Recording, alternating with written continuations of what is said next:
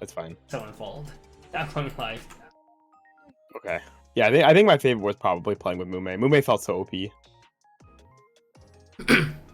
Moonster? Yeah, the moons. Because the fucking feathers go everywhere. And they start like ricocheting around. Oh, I haven't played Moonway since I last played Holic here. Because I'm mainly trying the new characters. I remember. I just installed it. So I just remember Ina was OP. I don't know. I remember. No, it's nerfed into oblivion. I still think Nurse Horn, like the Coco's Horn, the Choco's Horn, it's like still a must-have item. Sustain. You think so? I feel like most people don't take that anymore. You just take Really? the pillow now. Yeah, you just take body pillow and go from there. Tanks so They much. also nerf they buff the food items too. So things like the what is it, the Uber sheep and stuff were a lot better now. Like the drop rate is insane. For food now. stamps, I think the paint canvas one is pretty OP, where you can mark a target and then when you do damage, all your damage ricochets to the target. That Well, I haven't like seen that one. That shit's like a tank killer. I have not seen that one. That sounds pretty sick though. Why can't I submit? Kevin Saikono? Why can't I submit? What am I missing here? Oh, name. BCS. Weiss Schwarz. Can you stream it for me? BCS 2023. Tier list. Went from base holocure to current. I went from like. Do I have it on my computer still? Let me see. What version is this?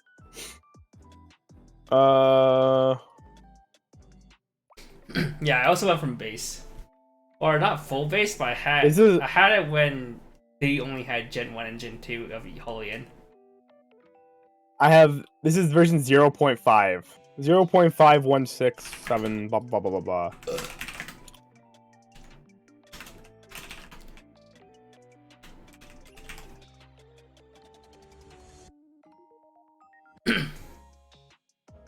There you go, we'll have a 4-tier system. Let me screen share this to you. I forgot. Boom. Oh, can I transfer my progress? How the fuck do you do that? It automatically transferred from me. Why I launched it? Because I still had the original on my computer. Did it just find it? Oh shit! It did. It did in fact just save it. That's crazy. Sheesh! It's so lit. Yeah, and I got a bunch of free Steam achievements. That's crazy. Does it actually matter who you farm as? Huh? Does it matter who you farm as? No. They're just to be a little avatar. Avatar. At least I think it doesn't matter. I just vote one every time. How do I get wheat? You either find a little deer next to the farm, and she'll sell you seeds for wheat and dirt. You buy dirt and you buy wheat. This game's a scam. True. Spend money to make money? Cringe. Well, you don't make money off the vegetables. You use it to feed your little slaves. Stage 3 hard and Holocure is the best stage yet. I've only done stage 3 normal. I got fucked by the Subaru. Is that the castle? Yeah, that's the castle, the giant Subaru. Oh yeah, I tried stage 3 hard. It's so hard. It was so hard.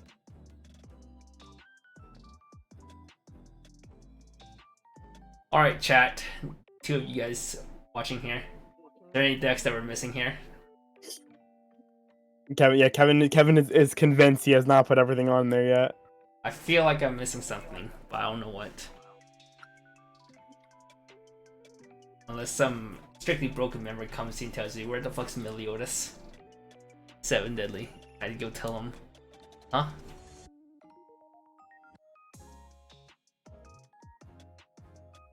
I mean, I'm not gonna tell you.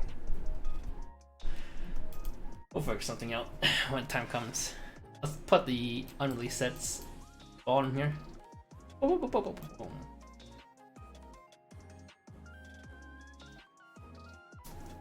Where's the deer? It's like inside. It's the fauna. Oh my god! It's the fauna thing, you goober. Yeah, it's a deer. It's a Kieran. Come on, aren't you that guy? It's a deer, Aren't you that dude. fauna guy? You hear this? Fake fan. I'll be one of the people who call fauna bald. Funny. Avatar gang got. I found out apparently she's like living in Japan now. Broke. Shit's crazy. True. I was talking about that with Jason. It's like, should we keep Avatar in here? But it's like, it's a new. Bro, I was fighting to cut 8-bar at least. I think 8-bar is like so whatever. It's okay. Wow, you're so nice. You put him in tier 1, 2, 3 and Rogue. This is like a Yu-Gi-Oh tier list. That's crazy. Fuck yeah, it's like a Yu-Gi-Oh tier list. What is it? What's the MBT one? Oh god, I was watching MBT recently, and MBT has it like it's like tier 1, 2, 3, and then has potential. Has potential. Oh, like, damn, that's like worse than just calling it bad. Potential. Has potential. Has fans.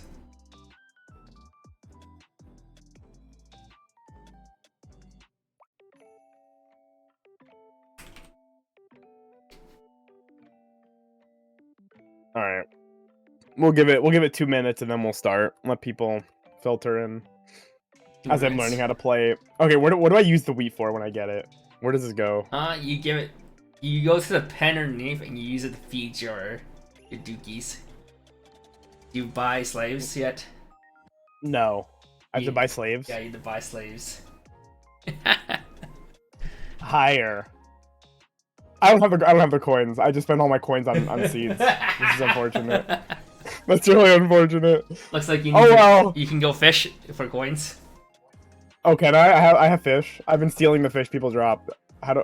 Oh, I see. I exchange them, right? I sell the fish for dust and the dust for. And you exchange it for coins. Can't say that after most recent Mushoku episode. Listen, I have not kept up watching Mushoku. Oh, I did. It was good. I'm a fan. I need to watch it because it's not past the point of the manga, or it's getting close to passing the point of the manga. Oh, it's just 1-to-1 dust. That's OP. Yeah, it's pretty. Fish are stonks. Once you get to like a decently high fishing rod, I can just AFK fish for like 10 minutes and 10k silk. Wait, who are the what are these things? What am I hiring? Yeah, those are like the fans, like little fandoms. Like the I want to be a Korone ski. Yeah. How do I be a Korone ski? You can rename them. You can rename them. I don't know how. Oh, the random names. Yeah, oh, names. I see. I think they might be like page crowd members or something. Whoever supports. Do they do anything different? No, they're all basically the same. All you want to do is make sure you have high efficiency and high. What the fuck's a rose tie? Aki Rose. Huh? Is that? It's like a little robot. It's not even like, it doesn't look like something to be hers, but okay. Rose tie, or they're like, I don't fucking know, dude.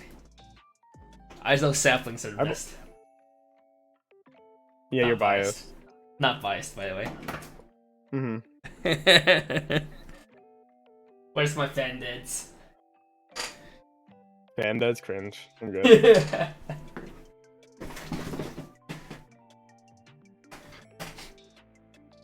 Why is Fubuki in the pen? Oh, she's an animal. She's literally a fox. Wait, they don't even eat meat? No, some of them do. Some of them eat the fishes. Oh my god, they eat specific things? That's so cringe. Yeah. Each level they want something different at each level. I see. Good to know.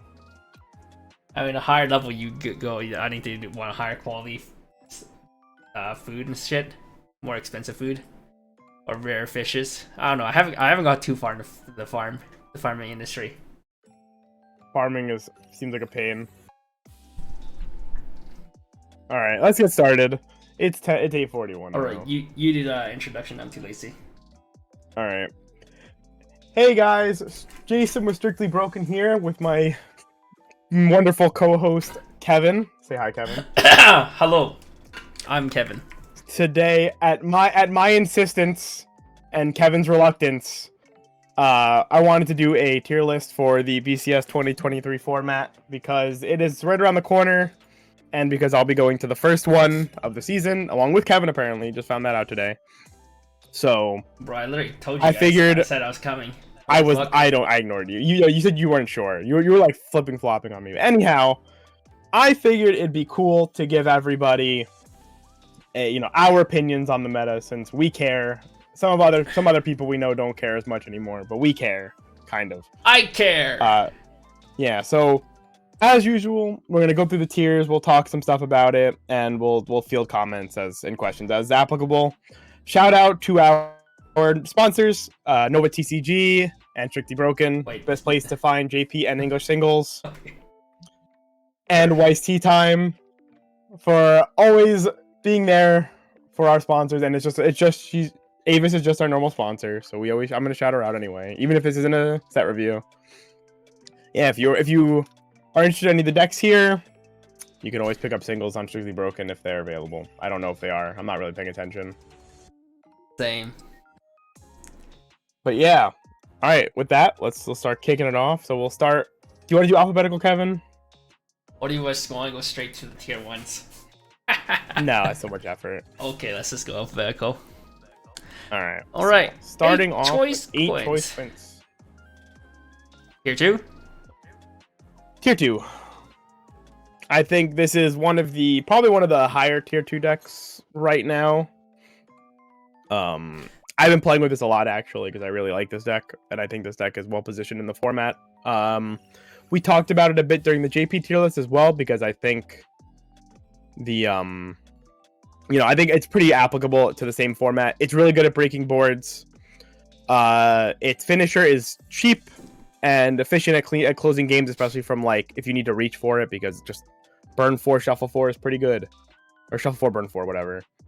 It just has a lot it can do, very versatile. The EP is pretty cool. It gets really big in power, and it has a lot of incidental bouncing, so things like Alice can be pretty hard to wall up against this deck. So I think this deck's really good. Really, really good. Yeah, and mid-game deck, not the best mid-game deck you can be playing right now, but it's definitely a strong one. At least it can fight the board with the bounces. It's good at beating the other mid-game decks, which is all it really needs to do, I think. Yeah. To be relevant. Mid-game decks like stuff that are standby or stuff that is trying to pull out you can't, level 3 P-walls. Can't do much against Slime unless you hit 2 first, though. That's the only issue there, but I don't think that's that big a deal yet. Thank you, Mr. Choi SBTCG human. For the SBTCG human stamp. Smile. Tier 1 sub for a Prime Game sub for 8 months now. Hey human, did you ever get your WGP promos? But yeah. All right, on with the next deck. 8 Dork Quints. What do you think about 8 Dork Quints? It probably should be tier 1, but it's probably the bottom tier, that tier 1, I think. If not top of tier 2. It's probably top of tier 2 in there. I don't like this deck more than I like Nino or Ichika, though. I would actually probably rate it lower than the other two, if I'm being honest. My only problem is I feel like this deck will see lots of representation. Yeah, but are we talking about how we view it as strength wise, or how much you're gonna see it? Yeah, I do not think it's a tier 1 deck. I think this deck, if you're gonna play Quints, I would rather be playing the other 2 Quints decks over 8 Door. I think 8 Door is the most agnostic to the format, because it's just gonna sit there, drool, and try to kill you. But I don't think that's the strongest thing to be doing right now, because I think if you wanted to do that, just play the other decks in the format. Just play Oskigura. Actually, I think you're just playing a worse deck. It's actually just worse than Oski. I think one of the main problem that puts 8 Door behind is that 1, it doesn't have access to Dock Swap. Yeah. 2, it doesn't have a go button to hit level 3 as soon as possible as other decks. Yeah, you actually get you play against Oski and they just side you out. You do get EPs though. You have good EPs. That's that is a benefit, and that's why I still rate it fairly well. But I think the last problem is when we're heading into a meta where defensive counters such as money counter from Sal, tap counter from Overlord, tap counter from non-Gura Hololive decks, this deck does suffer much more compared to Gura. That's true. That is very true. Or the money counter both basically the same, but technically burn 1, burn 2. Burn 2, burn 1 is better than Burn 3 Mocha. I And think. Mocha, yeah. Yeah, Burn When the we're Mocha, talking yeah. directly Yeah. about money counter. Also, Yeah. this deck actually suffers from overswinging into empty lanes and stuff too, where that matters, I guess. But it's still a good deck though. Like if you wanted to take 8 door each I don't think either of us are gonna look at you weird, or I think anybody should. But personally, I would personally just rate 8 choice higher only because I think being able to have answers to the meta decks without having stock swap is good. Like that's the all it comes down to. It's having the access to bouncing things means you can play the game. And like some of these decks that would be like stunting you, like Alice basically, right? Being able to go like play 1-0 event, bounce an Alice, play the 2-1 bouncer, sack it, bounce an Alice, bring it back, bounce an Alice. I think that's just like strong enough. Oh, the to, one like, problem this deck will have, something. each choice would have, would be against Overlord, where he would not be able to set up a sport ever, or would not be able to set up a sport against Overlord. I was talking about this with one of the guys from Canada, and we both kind of just agreed. You either ignore Ainz and you just say, well, I'm gonna get my 1 turn. You ideally try to get your 1 turn of your doing your thing, and then do that, or like try to stagger it out so you do like maybe 1 early play and you just punch them, because this deck's really good at having choice because of the check 5 add 1 Ichika that just draw drops for no reason, and the EP. You're really good at having climaxes in your hand. So but being a turn behind, loses quite a bit of tempo. You can, but you're also big, so like you can reasonably like force yourself over the Ainz shit too.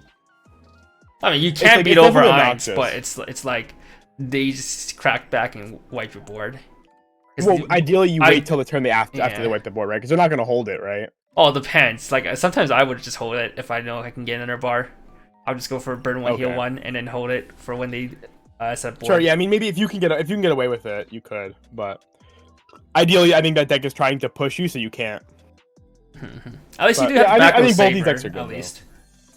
I know that doesn't work. Really Wait, good. it doesn't work against Ainz. Oh no, because they shoot it. They all go in the same time. Yeah, I mean, it's one of those things. I mean, I think Itsuki's also terrible into Overlord too, right? They shoot your back rows out, and then you have to like refield an entire board. Otherwise, so it's like nice overhand. Doesn't matter. And like you no longer get the overhand, and plus your level 1 combo doesn't tutor for specific cards. So it ends up being harder to get your back rows back together again. Yep. Yeah. Also, the 2-1 bouncer that I mentioned also does plus soul, so which does come up actually. It means that card can side since it doesn't have a full board condition. But it's cool though. I like both these decks. I mean, I think all the Quince decks are like probably at the same tier of strength. Like going on to 8 standby real quick, I think that's probably the top of tier 2 right now. I don't know if I'd put it at tier 1 personally yet, but it could be bottom of tier 1. Alice. It could be, but we can put it top of tier 2 and move it if we feel it. Because my issue right now is I think this deck doesn't function in a meta with Alice. Like I don't know if you've played, or I'm assuming you haven't played any Nino into Alice or vice versa. So no, I have not in a long time. Yeah. So this deck's issue is that you basically crouch on the 1/1 back row to give 3k power when you trigger a standby, right? So your goal ends up being like hit level 1 first, which I think that's pretty easy to do. It's like hit level 1 first, get a 2/2 onto the board, and then ideally after they post their Alice turn, you just try to fish for standby triggers and like scale your cards over them. Because if you don't manage to find the 1/1, like let's say you trigger it, or you don't see the Ruijerd, whatever, and you just can't find that card, you have no way to win the lane, and you just end up crashing lanes into Alice, and they just do things for free because you don't have a way to answer the board without the 2/2. Like it's just not feasible. I'm like, you can go play like a Dachi or something in your deck still, I guess, and that's like a thing, but I don't know how profitable that actually is to be doing. And like your slots are so tight now because you're playing so many. You have to play so many Nino cards. One thing I do think about Quince is that compared to like 8 standby Hololive or 8 standby Slime or 8 Pan Slime, is that you can't really win board on defense though with absolutely Quince, not. with Nino. you're relying on reversing cards in the beginning of the game, right? Like that's like the gas that it needed to like play the game, and like in any other format where like literally where Alice doesn't exist, right? To lock you out at 1. Like I mean, you could do that versus like every other deck. So then it becomes a thing where it's like you could play the 2/2 combo and be better into Alice, or you can just play the 1/1 combo, be better to the rest of the field, and like what's actually the right answer there, right? Probably. I feel like the answer is always to be If everything else. But then if you ever tune Alice, yeah, if it was like, pre-Hololive, I would say 2/2 would be probably right call. But when we're hitting into the Overlord and in the Hololive releases, as well as people still playing, I don't know, other random garbage like Slime. Yeah, that too. And then the stuff like Overlord also just like stifling your board out is pretty obnoxious too, I think. Just be like, you build a board with your standbys and they just like shoot it all out and you move on, they move on, and they're just like, Oh, and there's other Peter, there's gonna be tons of people playing 8 Dark Ones, I think. Even if I don't think there will be. It's one of the stronger decks, it will be one of the more... It'll be represented. I mean, so many people hyped into buying it, right? Yeah. If you don't like Hololive or you don't like Sal, like most people go towards Quints like after. Yeah, just you could pick any of these 3 Quints decks. I would just like look at them, see which one has the, because they're all game plans are so diverse from each other that you just pick the one that you think has the most diverse game plan and you just like go. I don't think you can go wrong with any of the 3. All right. AOT. 8 pants straight to Rogue.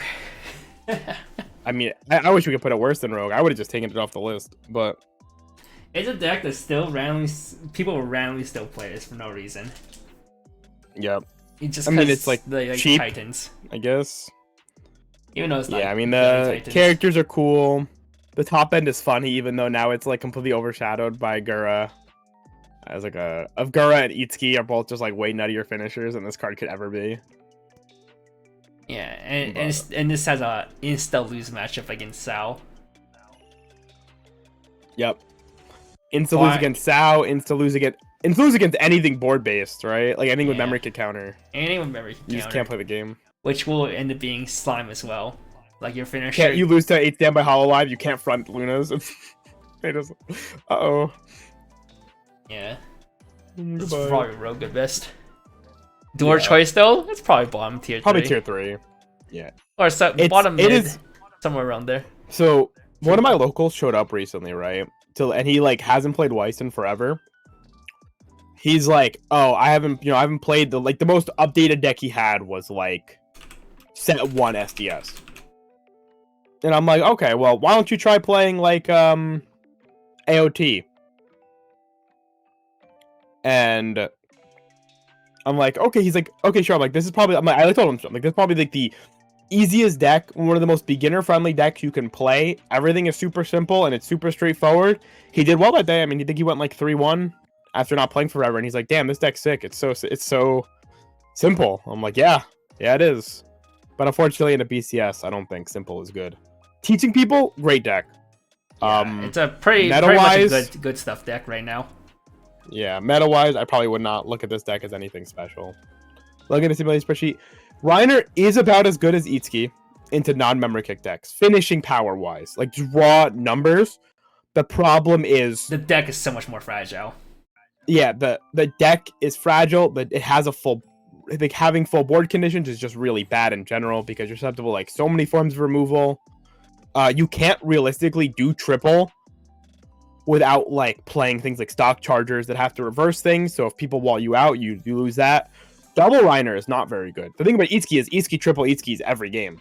Reiner has to like work to triple. Or at least it's more consistent. And then you're susceptible to. I mean, you basically Itsuki's basically every game. It's like, it feels bad when you don't triple, to be honest. Yeah. But it's way more like likely Reiner, to triple than triple. Reiner's also a variant on your deck too. So oopsies, your deck sucks because your finisher might just suck. Because the simulation spreadsheet assumes like well-off deck state. It is trying to be as like generous as possible while being reasonable. Yeah, that's that. All right, 8-bar avatar. If you heard a little talk at the beginning, his deck on paper on release seemed pretty interesting. I would like the most, not the interesting, but it's the most coherent deck out of Avatar. Yeah, this is my But favorite one by far. this is just worse than content in every way now. Like, With set 2 you could Hololive, argue, right? People have argued that like because it doesn't heal, it's compression neutral. It's like better on compression than Kanata is technically. Which I mean, I guess is true because Kanata does heal you, but healing is part of what makes Kanata appealing, right? If I'm not healing, I don't care. Like getting to loop Kanata feels good, and this card just does not feel good. Salvage one, stock one sucks. I like that it has the burn 2 on it. I guess I think that part's pretty cool, and the scry's cool, but. I feel like playing this in TC was more like my opponent lost themselves more than I won. I don't know what TC is. You remember Spa Day promo that heals? Okay, Spa Day promo is so bad because you need to swing empty lanes to get the burn. So you have to like win the lane and then you have to play that card out. That card's not even an early play, right? It's just a level 3. Yeah. Oh, the title cup. Yeah, with our title cup. Okay. I don't know. Yeah. And she doesn't really fare too well into stuff like Slime, we'll see. Overlord that we'll see. Sal that we see now. Yeah, you like these decks that break this board. What does it do? It recurs itself so much worse than Kanata, right? Because Kanata always put 2 cards in hand. It would went, well, play your Kanatas, go counter, helmet, plus 2 cards or whatever, you triple or whatever, right? Counter, helmet X, and you could always basically refill double Kanata if your stuff got answered, and that was really strong. If Toph gets answered, you have a counter in your hand, but you have to go find Toph again. And that's like infinitely harder. So you play against something like these, like, you know, Quints. You're just looking at like all 3 of these Quints decks can actually just answer Toph, and you can't do anything about it. Itsuki has the one really big 2/1. Ichika can just break the board, or it can break it with it can bust over with the EPs. Nino just runs over it by breathing. Alice runs over your deck by breathing. Like. Especially if they play that stupid Leafa. Oh my god, I'll talk about that fucking Leafa later. But, yeah, I don't know. It's not a fan compared to at least the other decks that are, I think, have more, like, less fragile game plans. That's the way to put it. Alright, A-Stem by Avatar. Probably the best out of the Avatars. Isn't it? Or is it? Yeah, it's probably the best out of the Avatars. Wait. I don't know. I don't know anymore. I'm gonna be honest. Like... Aang, I think X choice seems so fine. Like, I don't really have a gripe with it. I think all of my locals have stopped trying to play for the 4-color garbage, and like they just play some amount of like 1 extra color of their choice, and it's been working pretty okay. I mean, like, they do well with it, whatever. It seems fine. I would probably not look at anybody for playing. Honestly, any of these 3 Avatar decks are all probably like fine. They're probably like high tier 3. If you felt like one of them was better, you could put it in like low tier 2 if you still wanted to. I don't really care one way or the other. But right, like Zuko and Azula are doing the same thing. It's just Azula is more in line with the kill you, please just die game plan. I think Zuko is a bit more. Zuko is probably safe. better in the meta. Yeah, it's safe from the yes, meta. that is an issue. Azula needing to reverse. Granted, you know, you can very reasonably get 2 reverses with Azula, I think, which is a thing. You know, double Tylee back row does basically secure you 2 reverses. So, which is probably fine, right? That's like probably more than enough to be okay, because then you go like, even if you can only do double, you go Shitterling, Crash, Azula. Ideally, Sokoriki or something like that. Yeah, I mean, whatever, right? It doesn't matter what that one attack is. You just go slam well, probably I think you want to have a 2-soul attacker. Like some 2-soul attacker, even if it's not a 3rd Azula. And then you just go Azula, sack Sokka, bring Sokka to the board in your open lane. So you start having 2s with a Sokka. But I don't know. It's like all fine. They're all probably around the same strength too. Just like these sets that have all these decks in them, they don't feel like they're that diverse from each other because they all, they're all playing the same pool of cards. None of them have anything that stands out in terms of their card pool. Quint is just broken because all their cards are just good. Like they're all playing face, and they're still good. Ang always says 4 colors when you play into it, never when you play it. You mean when you don't play into it, it hits 4 colors. Yeah. That seems to be the experience. They always hit it 4 when they don't try to hit the 4. If you have 2 tally in the back, then I guess the third attacker needs to be Sokka. The second doesn't need to be Sokka. Oh, right, it has to be right. 2 tallies in the back. Well, tallies an act, right? So you can just rest. Stand by over Hypothetically, you can rest. You can rest it, give it, and then put Sokka on the board in that slot if you so wished. Yeah. So it's whatever. Because we're saying when you play against it. True. Oh, when you play against it, they'll always mill 4 against you. But when you play, you'll always mill 3. Okay, that makes sense. The gap between 2 and 3 feels huge. Absolutely, it definitely is. Like, the gap between 2 and 3 is very huge, and the gap between 1 and 2 is pretty huge too. So, Bang Dream. What this format is. Bottom tier 2. Bottom of tier 2. Oh well, I'm not sure about the anniversary one. I know mine and Darcy's friends Mauricio play the anniversary version. It's probably fine. Like, I mean, they showed me good points that it can get the reverses on the Alice's, which is pretty cool. Yeah, you need to find the you gotta find the Rinko, but I mean, and well, no, the blue, the Rinko. But you also want the your global. search too. You also want the global 1K as well. Yeah. I mean, you can get all that stuff, right? Like, it's like, I think what this deck literally does is it goes single Yukina. It goes resolve Yukina as early as possible. Just dig up all the stuff to play to loop Yukina the next turn, and then you break the board with the Yukina. That's like your goal. I kind of want to try Simu's thing that he was messing around with. Pistol. Let's see thrower. Yeah, I don't remember. Akko. That seems really funny. But I don't know. I think the decks are they're probably around the same strength. I don't really think there's too much strength between the two. You just pick your flavor. The 2-soul deck is just like, I don't care about your board because I'll just set myself to memory. Yeah, the problem is he said possibly top end sucks. So. Oh wait, Akko's a time machine, right? That's what she is. It's time machine, and she comes back like a 10-5 or something. That's pretty cool. Yeah, I mean, we just put them at tier 2 and we just adjust around them later. They're both like they're probably at the bottom of it, if not maybe even tier 3. But that'd be better. I think does Danmachi fall to tier 2 or does it remain tier 3? I mean, does it fall down to tier 3 or does it remain to tier 2? So what does Danmachi do right now? Danmachi beats.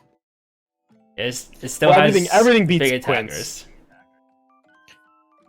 It has 3 attackers. It has big attackers and just looping and it's compressing. It does. It's like it can still threaten Alice in a world. It beats over 8 Standby Hololive if that's relevant, which I think that's more relevant post Overlord ban, like post ban list format, whenever that comes around, if it ever comes around. That'd be more relevant to say because I don't think you ever play around 8 Standby Hololive right now. Danmachi's one of those decks where I feel like it doesn't. It's probably like a high tier 3 deck. Losing matchup, but it's also like doesn't have any winning matchups either. Yeah, it's like its best matchup that it can play into is like Alice, and even then it has to go right. I feel like Alice, you need to get some good early game. You have to find Pyonkichis. Yeah, you need to be able to mill Pyonkichis and find some. You need everything. Mill the fire bolts, or what was it? Oh fuck, man. Yeah, I think it's mill fire bolts. Yeah, and find Pyonkichis. Right, because it's what is he? He's a 10-5 with 4 Pyonkichi with 4 fire bolts. Yeah. 10-5, 14-5, 15-5. You need to clear 4. You need to be 14 to beat Alice's singular counter. So you can have. Well, you don't mind tying. You don't mind tying because. Yeah. So you need at least 3 fire bolts in Graves, assuming you have the Pyonkichis, which is I think you have to have the Pyonkichis for this to matter. So. Well, a lot of times you can Pyonkichi to get bells. So if you don't have a bell in hand already. Ideally, you have a bell, Pyonkichi, salvage a bell, Pyonkichi. But you have to have 2 Pyonkichis in your hand, which is like so hard for this deck to have reliably. Either a hard move for it, or you get lucky off of the event Rezace. Which means you need to find the event Rezace early. Yep, Let's see, sounds this- about right. this- this- I mean, I think it's like a high tier 3 deck. I think there's like a high tier 3 deck that has like the. It's not like a tier 3 deck because the deck itself is bad. It's a tier 3 deck because it's a completely meta reliant deck, and it just has to be in the meta to matter. And it's I just don't think right now. It's not Mushoku's Quince meta anymore. Yeah, It is. come the time, if everything goes right, and we get the JP, like almost a carbon copy of JP, right, where it's like, oh, Alice gets hit, Overlord gets hit, then you can play, 8 Stand by Hololive becomes a good deck, Mushoku maybe gets unbanned, and that's a deck again. Then you can start playing this again, and like I think it's like fine, because then you have this niche of things you can kill. That's good. We don't have that yet, so Yeah, bro. I think by the time it comes out, you'll have decks like Spy X Family that'll come out. Or is Spy Family better? I don't think Spy Family is good at doing what Bell does, though. It's not the same. I guess it's not the same. I was thinking about good stuff decks is just Dude, you better. like Eris and stuff walls out Spy Family. I played against it at locals, and you actually wall out the Fionas. They have to side your stuff. Granted, it's really funny. I'm assuming then... by the time Spy X Family comes out, Sora will be long gone. Hopefully, No. I was playing 8 Stand by Hololive. Oh, okay, yeah. And like you have to side me because your Fionas aren't big enough. Grisaya, it's like a tier 3 deck. You think it's tier 3, not Rogue? Maybe. It's like I play. Don Machi, but with a tat. Like it still just drools. It ignores everything. Anti-heal is Anti-heal good right now? Not really. No, not really. Probably Rogue for now. Again, that's like one of those decks I think too that moves around with the meta rather than because its cards are still fine. It's just not. You need that slower like level 2 meta. I guess it's decent like, against Overlord because you don't care. It's decent against Overlord. It's decent against Kanata. But Kanata's only better when. Yeah, when Gurg gets hit, Kanata's a bit better. But why not Nene 8 Stand by Hololive? We'll talk about it. Don't worry. That's next. Luna is just so much better. Yeah, I have been playing 8 Stand by Hololive extensively, so I will gladly talk about my favorite deck in the format. Yeah, I think we just leave Grisai. It's okay. It's unsorted. I think we leave it in tier 3. It's probably better than AOT. I think. I think it like anti-heal is still a really strong niche to have, and so is costless 2 souls, 2 soul bodies. It's like fine. Sure. It's probably Yumiko's also a stock swap. Just having an on-demand stock swap like Yumiko is pretty cool. True. Better than some other decks have. AOT isn't a stock swap. I still probably play over Grisai over probably these decks, but just because it has stock swap, right? Wait, does Avatar have stock swap? Avatar stock swap? Yes, it does. It has a Toph stock swap. Okay. Well, we'll leave it like. Oh, but it's green. Yeah. Oh. But if you fight Quad, no, there's no way Grisai is better than playing Avatar. I refuse to believe that actually.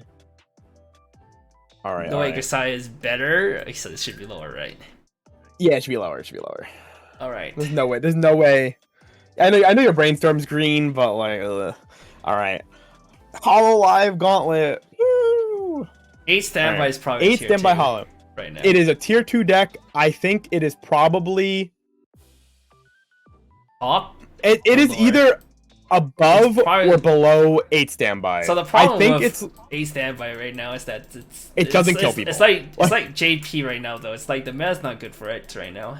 Yeah, I could probably be okay with leaving it below Quince. I think this deck is really good.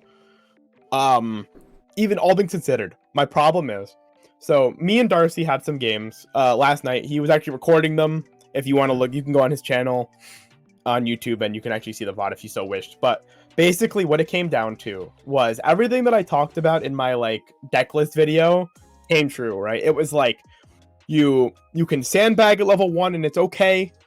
And then at level 2, if you just get double Luna onto the board, the game is like actually winnable. Because double Luna is so hard for Alice to get through. The problem is, do you know what the Luna EP does? Do you know what the Leafa EP does? Leafa? Oh yeah, the one that gives 3k. Yeah. 2k. Or it gives 2k when using Act. Yeah. So basically, the only way you ever come out ahead is if you go to 2 and they stay at 1. Like post your turn where you summon the Lunas. That is the ideal scenario. That's not a scenario you actually want to be in, but it's like the only way it works out. Because it's like if they will basically always have Leafa, because if they know they're playing against a board-based deck, they're just gonna pick it up off combo. But having double Leafa Rico in graveyard is like basically trivial. And then they just play it, and you can't win the lanes. Because the Alice's go to like 14k. Luna doesn't realistically have a counter. She can win like one of the lanes, but then they're still getting double Alice off, and they kill 2 of your Lunas, and the Luna won't win on offense because they're gonna have counter, and the counter is like bigger than everything you do, and it just that card like turns a matchup that I think is okay into a matchup that's just like I just don't want to play it anymore. If you play this singular card in your deck, I don't want to play the matchup anymore. So and especially because of that, I'm willing to like wait a standby lower, even if I still think the deck is really good and it's really fun to play. No, I'm good. I don't want to play against Alice anymore. Just eat bar. I mean, door bar. Luna does die to all the bombs. That doesn't matter though. Like it like legitimately doesn't matter. If bombs are in existence, because you play the field swap or Kanata and you just field swap around bombs, and it's like sure, whatever, dude. The thing is, you can't field swap against card that's well, Ainz is its own problem, right? Yeah. And when you're like, facing a board of like 12-5 hex ideally, or like so the 11Ks the play against Ainz, unironically, is like you double summon out Aki. No, you summon Aki, give it hand encore. Yeah. And then you hand encore your Aki back to the board, and you just hold anti-change counter. You know, I answered Kenny about the Earhawk Bouncer. I didn't get a chance to play it. I think the card is really good, but I just value Matsuri Bomb as it stands right now as like a meta card. The power might be relevant though. I have to like really think about that. Like that could be relevant for helping you deal with Alice on offense. My local's on Earhawk Bouncer right now just because our locals is mixed. So having the bomb. Our local's not good. It's not meta enough to play for bomb. But I think in the upcoming meta, having a bomb is pretty nice. Well, like the bomb is so good, right? Like the bomb helps you quell the Fukas from Alice. It stops people from playing like Aquas and Lammies, and like all these cards. Like it just gets rid of them. Yeah, I would consider maybe a 2-2 split. And plus the Mill 3 is really good. 2-2 split feels awkward. Well, because you pick them up, right? The idea is that you pick them up off like Nene or whatever, or Nene off I feel like Polka. Bomb is something you want to max see. Yes, arguably, I have seen people on 4-2, like 4 bomb 2 Iroha as well. I think there's a lot of ways to do it. I just have to really think about it. My problem ends up being, I'm a firm believer that like you have to play the Aki Bodyguard right now because Aki Bodyguard like shifts some matchups. Like some of these like bad matchups, like Overlord and stuff, and like Quince get actively just hosed if you're on Aki. Like if you play Nino, you can't play the game against the Aki Bodyguard. That card comes to the board and you're just like, impossible, right? They memory kick you, you lose all your Ninos. Kanata, same thing. Kanata's Aki on board, you lose all your Kanatas. It just hoses some matchups by itself, and that's where I think the space would come from. I think. But yeah, I don't know. I think this deck is really cool, though. If you want, check the Strictly Broken channel on YouTube. I made a whole video about it. What's Aki's condition for power? Was it like 3 or less hand, or was it worse than that? 1 or less hand. One or less hand. You're literally just holding on to one card plus memory kick. You never need it. You never need the power. Is like the red pill, right? Because so ideally Aki comes to the board.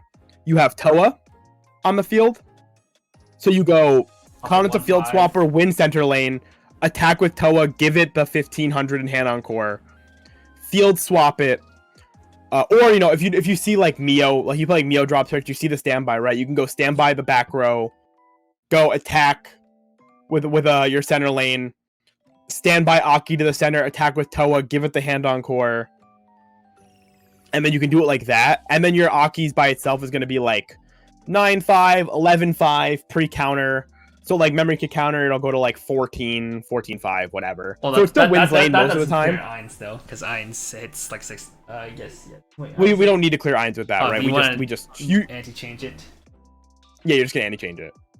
So we're not trying to do that with Ainz. We're trying to put it on the board and anti-change and tap counter. Yeah, well, I'd probably cut. I'd have to find room to cut for memory for any change because I'm not on it right now. But that would be a card you play post to Overlord for sure. Yeah. Yeah, I think you just cut one of like the standby cards or whatever. But and then you just play like what is it? Oh my god, I forgot what I was saying now. Oh, like Aki Bodyguard, and then you just have the 2-1 event, the anti-damage event says you can't be reversed. Oh, you're playing So like damage too. Holy shit. No, anti-burn. I mean the anti-burn. Well, I mean, like, yeah, shit, that's so like the much part that slots. makes it's 3. It's 3 slots. It's 1 Aki, 2 event. But And then, well, the idea you're is that also playing like 3 other counters too. Tap counter. well, I'm already on 2 of those counters, so that doesn't really matter. Like but yes, I know that was like again that's like part of the issue, right? It's like the Aki package is so good right now, but it takes up this like weird awkward spot in the deck, and then it's like you anti-burn them, because then you go against Gura, right? You put Aki onto the board, and you just go.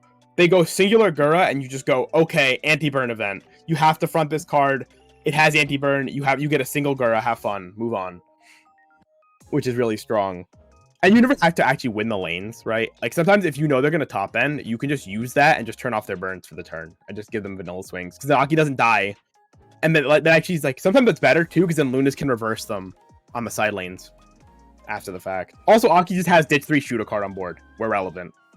So that could come Where up too, relevant. I guess. But yeah, deck's good though. Deck's really good. It'll be better in a post-ban world, but I still think right now if you chose to play it, like there's a valid, very very strong validness to playing it. Right. All right. Azkiguba. Arbitrary tier 1A. Yeah, probably best deck in the format, or like at least tied for it with Alice. Deck is degenerate as fuck. I hate this deck so much. It's if you're a decent player, it's not a bad option for this. It's gonna be like if you're a bad player, it's a good option to play. It allows you handicap and get some free wins if you're a bad player, but if you're a bad player, you're still a bad player.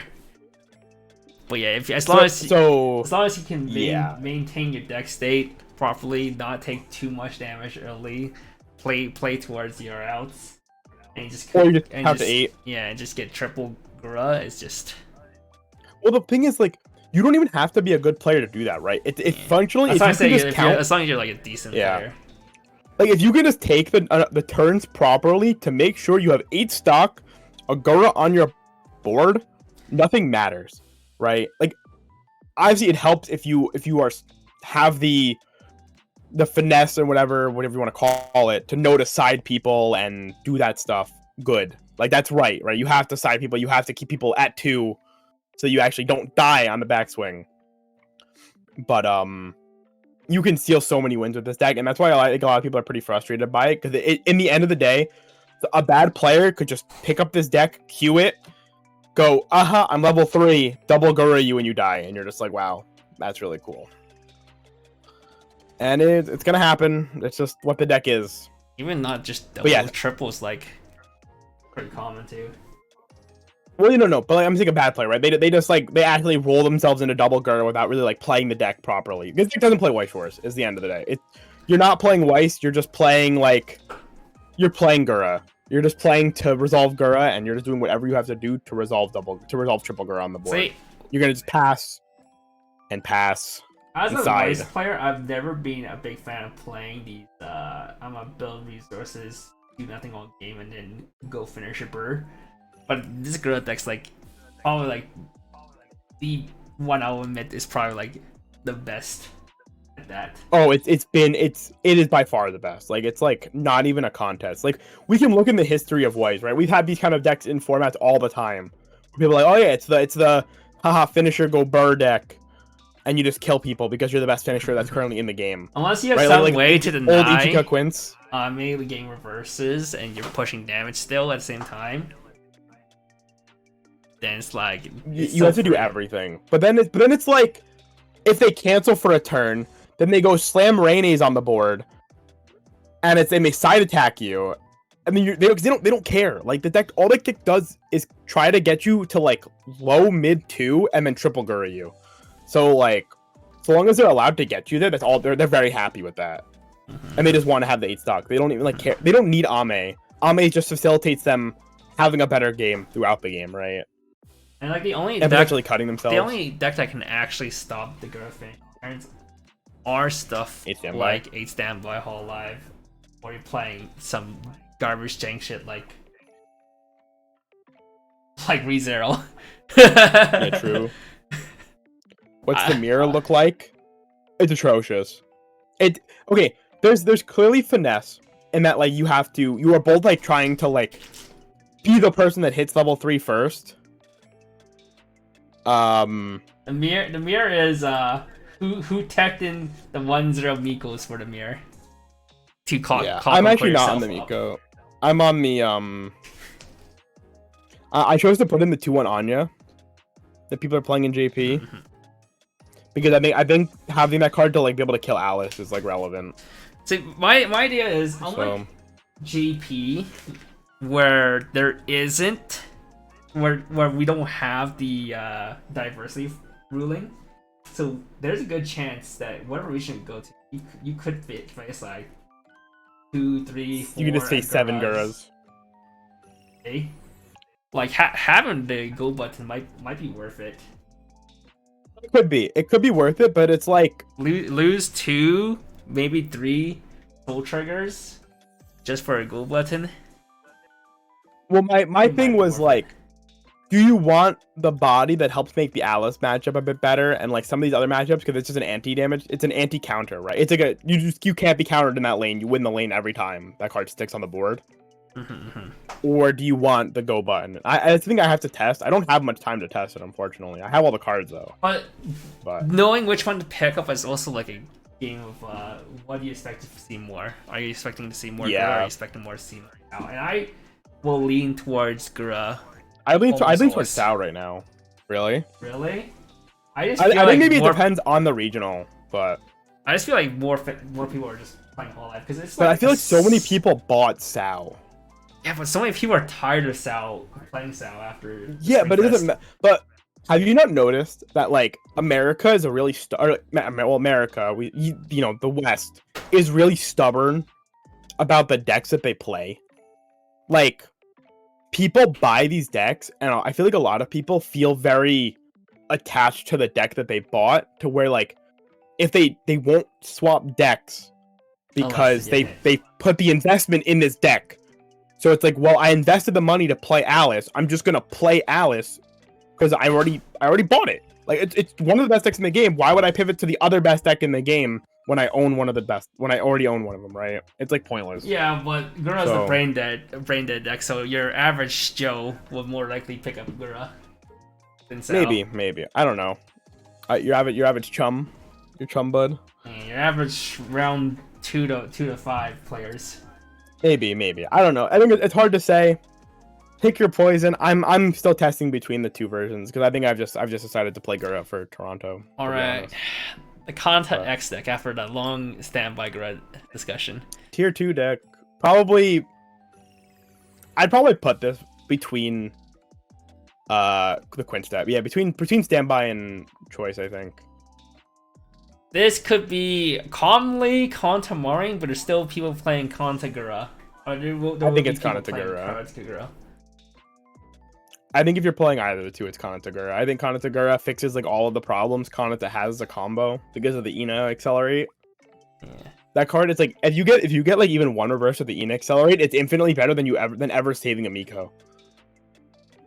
So it's also proactive clock too. So you just clock yourself early and then you move on.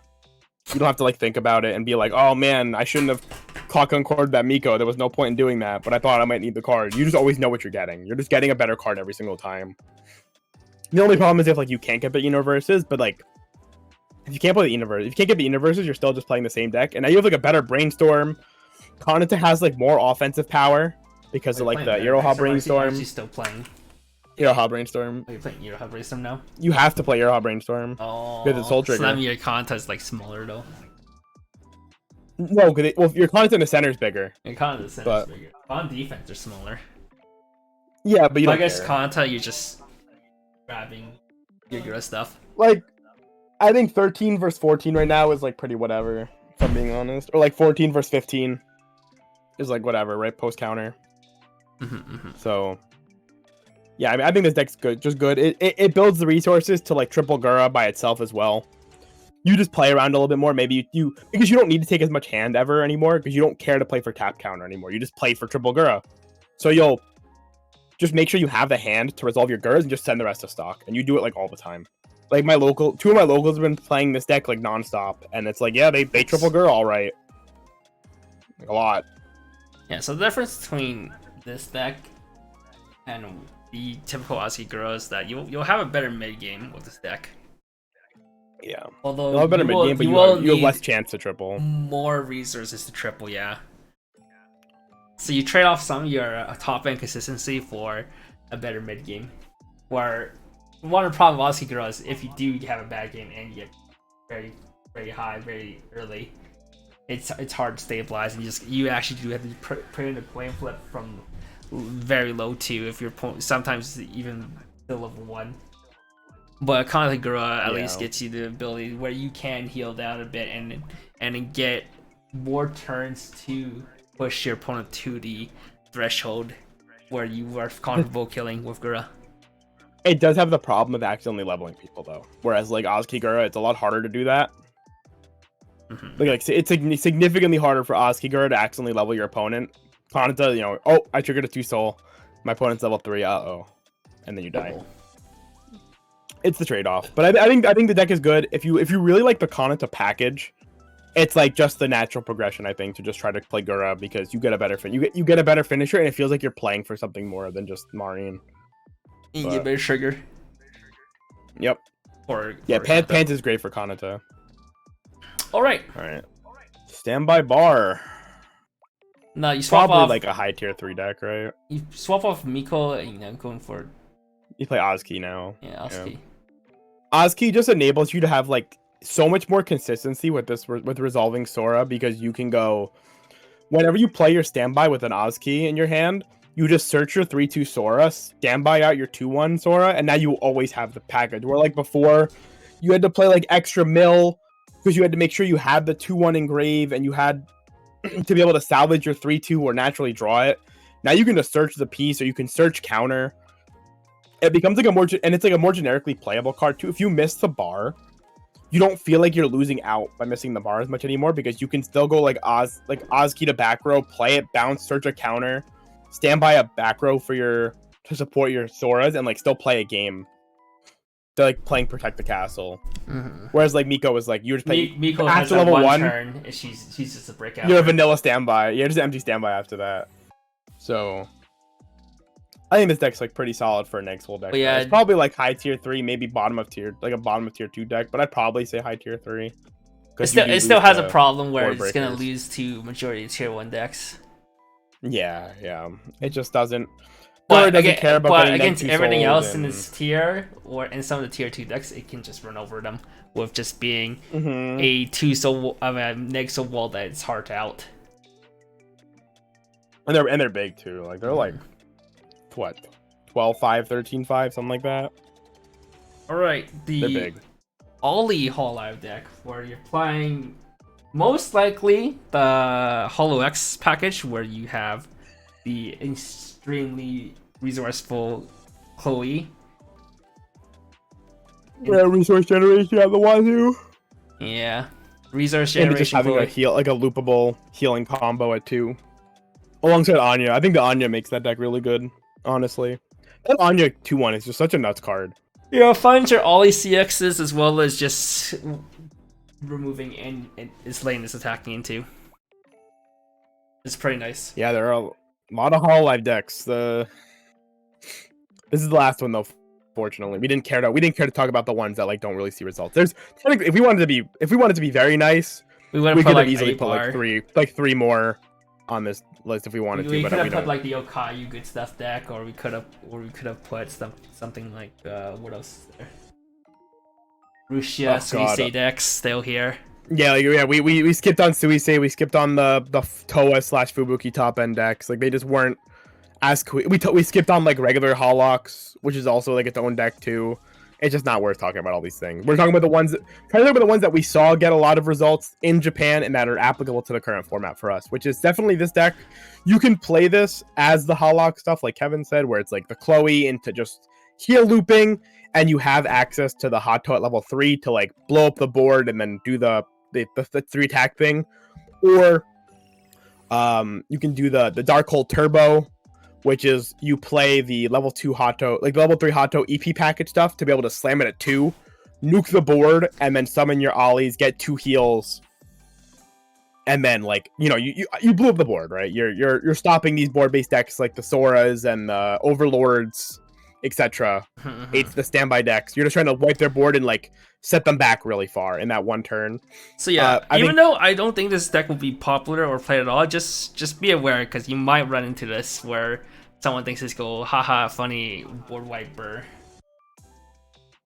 Yeah. I think it's like it's a meta read deck, right? It's like if you are just so tired of playing against like Sao and these decks, some people will just choose violence because they think it's funny. It's pretty good. Like honestly, as somebody that I've played, it's still probably it's like though. Like it's like I think it's deck that people will just pick up. The thing is though, it's rogue in that it's rogue in the more conventional sense of rogue, not in this like bad sense of rogue, right? Like I think this is like a legitimate deck that you are picking this as a meta read because you're like expecting a bunch of Sao and all these things, and it does hurt these decks to resolve. Its top end isn't that good, and it's one of those decks that it blows up the board and it attempts to just stick like 4s on you at 2 and put you in a really bad position where like you can't rebuild easily. And like I think that has a niche. Like it has like its own like really solid niche. The problem ends up being like Fubuki needs to reverse if you want to play that. If you play Okayu as your level 1 combo, you're not consistently getting the pieces. And if you play Hawok, you're not consistently playing the Hato stuff. So you have to like kind of pick what you want to do. If you want to put it in Rogue, I'm okay putting it in Rogue, but I think it's like Rogue with an asterisk. Otherwise, I'd probably put it in. It's like the most truest Rogue deck in a sense. Yeah. It's Rogue in the real sense of Rogue. Like when you talk about Yu-Gi-Oh! People will actually just play this to anti-meta, and that's about it. Yeah, so in that sense, it's like I'd probably put it at the top of Rogue and just be like, this is actual Rogue. Like play this. Like if you really don't want to play against those decks, you play this. But obviously that's a you need context for that. So people can yell at us in the comments or whatever when they just see the number. They just see the list and be like, oh my god, this deck's so much better than that. But they won't have the context. So all right. It is what Kaguya. Tier 3, right? The door deck? I think it's better than Danmachi. Because it's like the same style of deck, but it's more meta relevant, I think. Which door choice? Level 0 door into level 3 Kaguya. Or level 3 Chica. Level 3 Chica. Yeah, the brainstorm run. Where you play a bunch of like good. You play the like JC level 1 as well as the level 2 beater. Yeah, you're playing the anti-level 2. And to check if you add one brainstorm so you can loop it. You just slam it. Your goal is just to slam a bunch of CXs, you build a bunch of stock resources, and then try to go nuts at the end. Yeah, you try to break board with Prez. Yeah, you're also able to answer board. But I feel like you gotta build resources to just remove their board. This deck was better when you are solely focusing on just Alice. Mm-hmm. But now that other decks are coming into the meta in this season of BCS, the deck has fallen a bit because it's less favorable now. Yeah, and like stock charting right now isn't as good, I think, because a lot of all the decks can play stock swap are all full send forcing playing it now because you have to. Like otherwise, if you run into Slime, you're gonna have a bad time. Yeah, you're not big enough to kill the Murons. I like 8-door more now that Alice not as strong. Alice is as strong as it was before. I don't think there's anything that has made Alice less strong. Alice is not less strong. Alice is just less likely to. Alice has 2 decks that can compete it now, which is like better than before, I guess. So yeah, you won't see if BCS did not have Gura or Overlord coming, I think all you would see is Alice. There's like no reason to play anything that isn't Alice. Now there's 2 other decks you can play that aren't as oppressive in taking away your ability to play the game, but I don't think it's not strong. Alice is still probably the best deck or the second best deck you could be playing. And you can't play 8-door because you don't have Ricky. You can't play Ricky plus drop search. Yeah, I mean you can play the Drop search unless plus. they're talking about 8 door with the Miko. Oh, Combo, ugh. but I don't think that's it. I don't want to play reverse Alright. combo. Pants door? It's a rogue tier. Pants door is bad. Pants door has like Japan nothing balance is different. favorable going for it. There's nothing redeeming about it. No, I think this deck's just bad. Like, I just play Grisaya over playing this deck, honestly, if I'm being real. I don't think there's anything. I'd play Danmachi or I'd play Grisaya. Kobayashi. Those kind of decks. Probably like... Either top is tier it- 3 or bottom tier 2. Yeah, that's kind of what I was thinking. Let's leave it at the bottom of tier 2 for now and we can move around. I think it's good. I think it has the reach to be relevant. It has stock swap. It just loops bars every time. Yeah. It slams damage every turn. It's like really frustrating, I think, because it's like you know that deck is gonna play a bar every turn, and you can't even be mad about it because it's like Toru's gonna put bars in their hand if they don't trigger bars, and they're just gonna slam. A whole They're goal gonna of this give deck themselves is extra soul. you combo grabs bars or you try to trigger bars, and then you have this card that bounces back to hand, and that has a ditch CX salvage. So every turn you just ditch CX salvage or combo back again, and you just slam it on the bar Slam again. the bar. And you just It's good. just slam it over and over. It does what it does, and it does it Better than I wish it Psychono. Yeah, true. Yeah, that's Smokes, solid. man. Though. Bardigal Burr, and you still have a pretty decent top end. Nothing to scoff I at. mean, Idadu, if I'm at 3-0 and you triple Idadu me, I am scared. I am terrified. 4-1-4, So- something like that. It was like 1-4-4. It's 1-4-4. 1-4-4 because it's if the one pings and it goes 4. Well, it's 1-4 maybe 4, right? 1-4-4 or 1-4-1, 3 times. If you're No. siding. It'll always be 1-4-4. It's just it's always 1-4-4, right? Unless you side. Oh, if you side, sure. But then Then it's it's like then it's not 1. 1-1-4. No, because you declare the side on 1-4-1. attack, right? No, it'd be 1-1-1. Oh wait, it's her soul, right? Yeah, it's her soul. Yeah, it's her soul. Unless you get the burn one on the burn one. I mean, unless you burn one cancel since 1-4-1. No, it's No, side no, attack. because Yeah, you declare the yeah, side. Yeah. So you can go 1-1-1, which I mean, that's also pretty fucking obnoxious, right? When you got to close of the game, it's like the 4 sticks. You put them, you hit like a burn 1 and a 4, and then all of a sudden they're at like 3-6, and you just go side burn 1, ping 1, side. Oh, goodbye.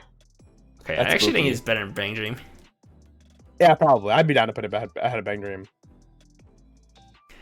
All right. It's cool. I hate that deck good because like I was a hater of that deck when like Handsome was first telling me about it, and then like you see it played more and like the deck gets more refined and it's like, all right, well, there's something here. There's something there. Mushoku. Mushoku's like probably rogue right now, right? Like I don't think there's any reason to play this deck. Probably drops rogue now. Is so much worse than It's A Standby Hall Live. It loses to Alice. You It have- loses to you Ainz. you don't have your board buffer or you don't have your tap counter. And I think that's like the problem. such a big Yeah, deal. problem with this deck is that A, not good in the meta. B, because of ban list, other A Standby decks are just better than you now.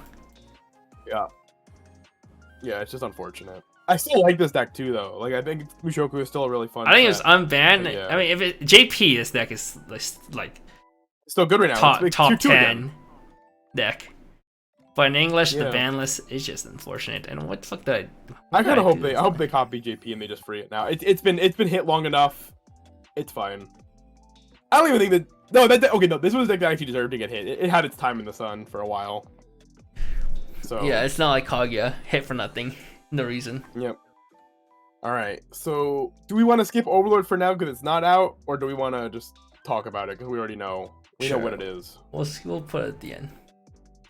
With the ARI is not in English. It is in English towards the end of the season. So we're just Yeah, gonna talk about it. this is the 'cause we have whole both BCS. played against it.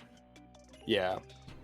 So it's not fair for us to not include Ari Fureta if your regional is towards the end where Ari Fureta is legal. Yeah, and because there's no guarantee there's gonna be a mid-season ban list, so this could just be applicable throughout the whole season. If there is a mid-season ban list, then we'd probably make a post-ban list tier list afterwards. But we'll worry about that when it comes. All right, Alice tier 1. Easy. Yeah, Alice tier 1. I think I headed Gura. I think the bet. If you're a good player, you're probably better off playing Alice. If you're trying to win, I feel like there's more skill expression with Alice than with Gura. I can agree. I think the only reason you don't play Alice is if you're like me and you just dislike playing the deck. Like I just don't derive any fun playing that deck. I mean, I wouldn't play this deck either because one, I don't like Sal, and I would rather play their decks. I also just think this. I think one of the big issues with Sao is the lows in Sao are like bad. Like the lows are low in Sao. Like Gura for instance, right? Gura always has access to a Hail Mary of like Gura just being a ridiculous finisher. So even if the game goes to like absolute garbage, you can just kill somebody with Gura. Like I had games at locals where like I was playing Gura and the game was like beyond miserable, and I still double Gura and almost killed people from like 2-0. Like it was down to like a singular swing canceling or not, whether they lost.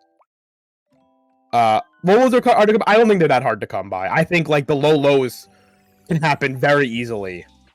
Something as simple as like go first, get tri-fielded, go to 1. I guess you can argue that like Gura has less counterplay, so Gura is better. You can't hate on Gura. Like it's really hard to hate on Gura as a deck unless you're specifically playing like cards that stun things, which is like some Sao decks can play the stunner, I guess. Like Danmachi.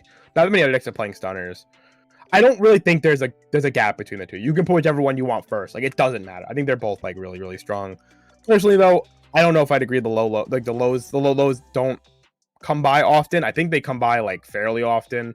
Oh, that reminds me of a funny thing. And I saw a local. I heard from my local shop challenge what happened.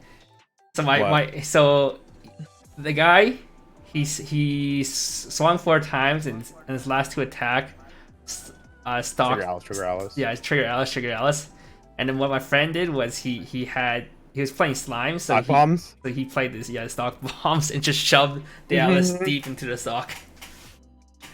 That's pretty good. And then the guy singled Alice, but it still didn't even have enough playables to combo. That was pretty funny. But yeah, that's a low that can happen, but it's not. That's like the 1 in 50 games scenario. Yeah, that's like the really low. I'm talking more like as simple as like an Alice getting stuck in your level 1. Alice is getting stuck in your level 1 clock. Early triggering the Alices and not being able to pay them out. Yeah. Like the things where you have to like suddenly start reaching for these Alices and you just don't have the means. My other Alice friend, he sat next to me most of the shop challenge, and I just see this guy. He was raging the whole time because every time he hit level 1, he had a 2-1 Alice stuck in clock. I had like a streak of games where that happened too, and it was the most miserable feeling. Also, I think this is probably I have come around. So I used to really think the Alice Mirror was like pretty interesting to play. I have come around to saying the Alice Mirror is actually one of the worst things to play. The fact that your game, like it is like not even an exaggeration to say a part of your game is dictated by who went first.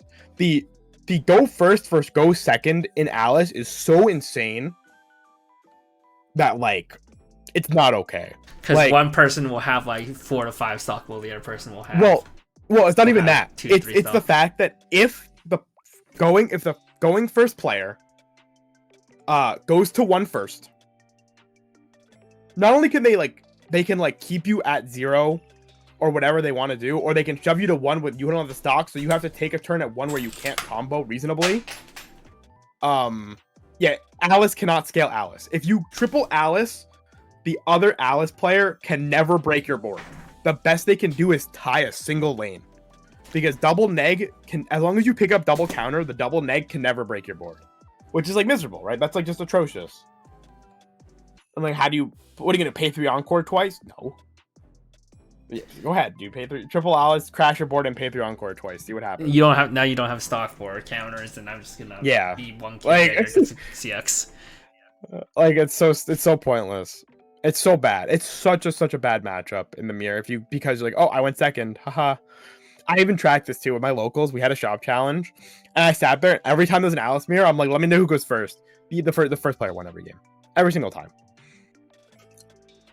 So, All right. both decks good though. We've talked about Alice ad nauseum. So, SDS. Does it has this to stay be tier 2, 1 right? or does it fall tier 2?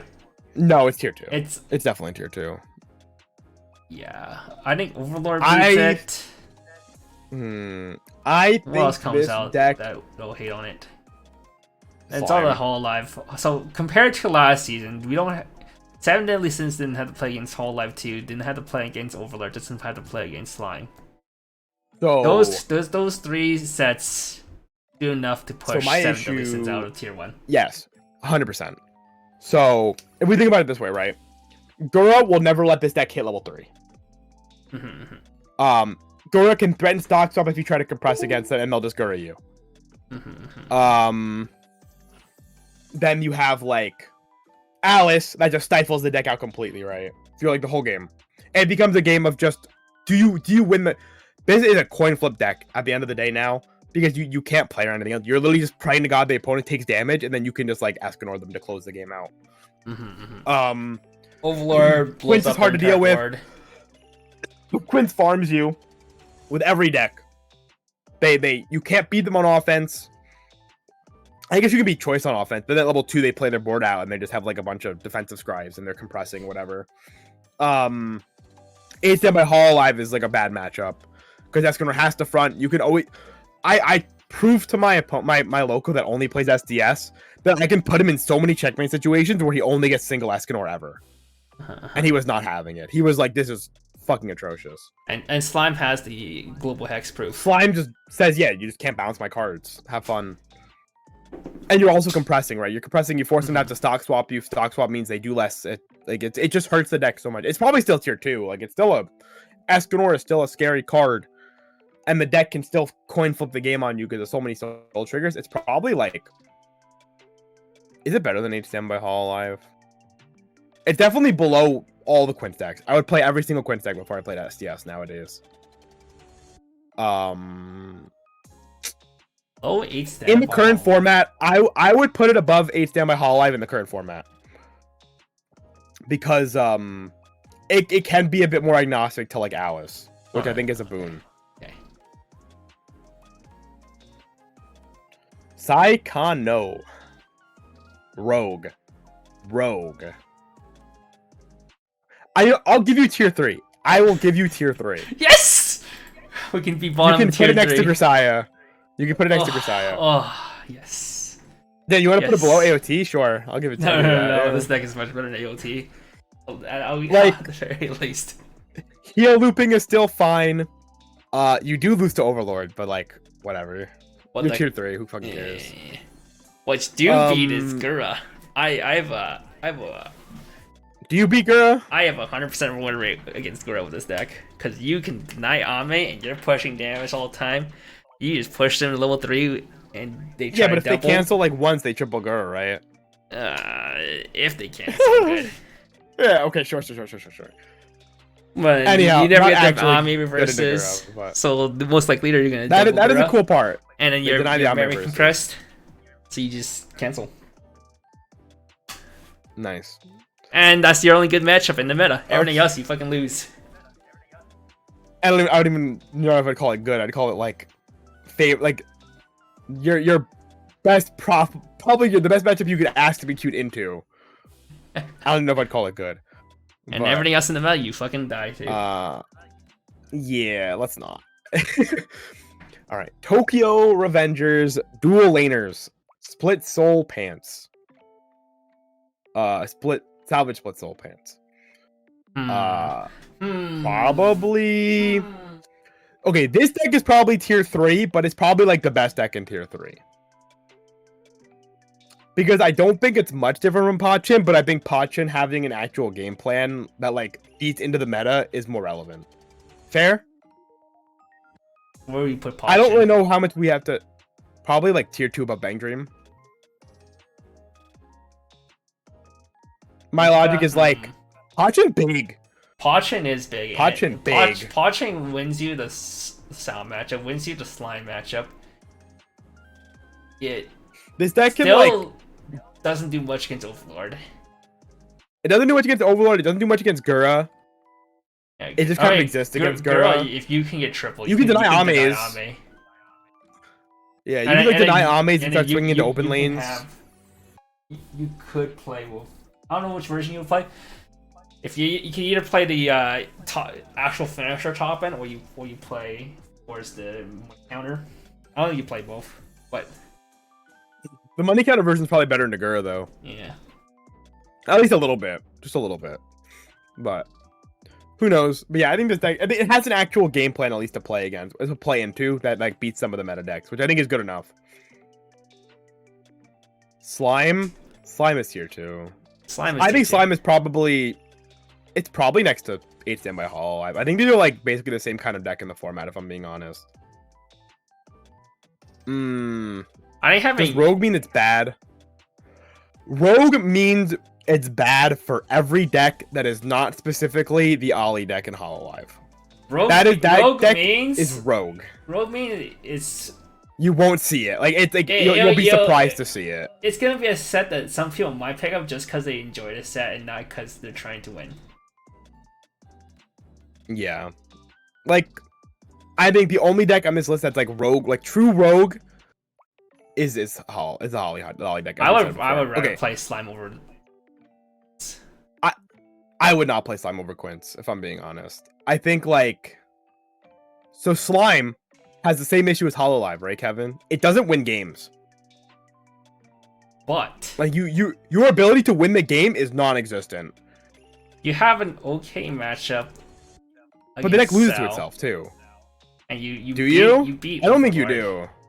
I don't think you have a good matchup in a Sao because like that's like the problem, right? Like it was like the logic was always why the fuck am I playing this deck? Sao was always a if I hit 2 fast enough, I can start winning lane against Alice. But if I stay at level 1 against Alice, it's how do you But like if they feel triple Alice, like what do you do? Right? Well, you're 13-5. Like you're opening lanes again, but you're opening lanes against them. You open a single lane. Aren't you like usually double Shizu comboing or something, or like slamming board into them? Are you siding them?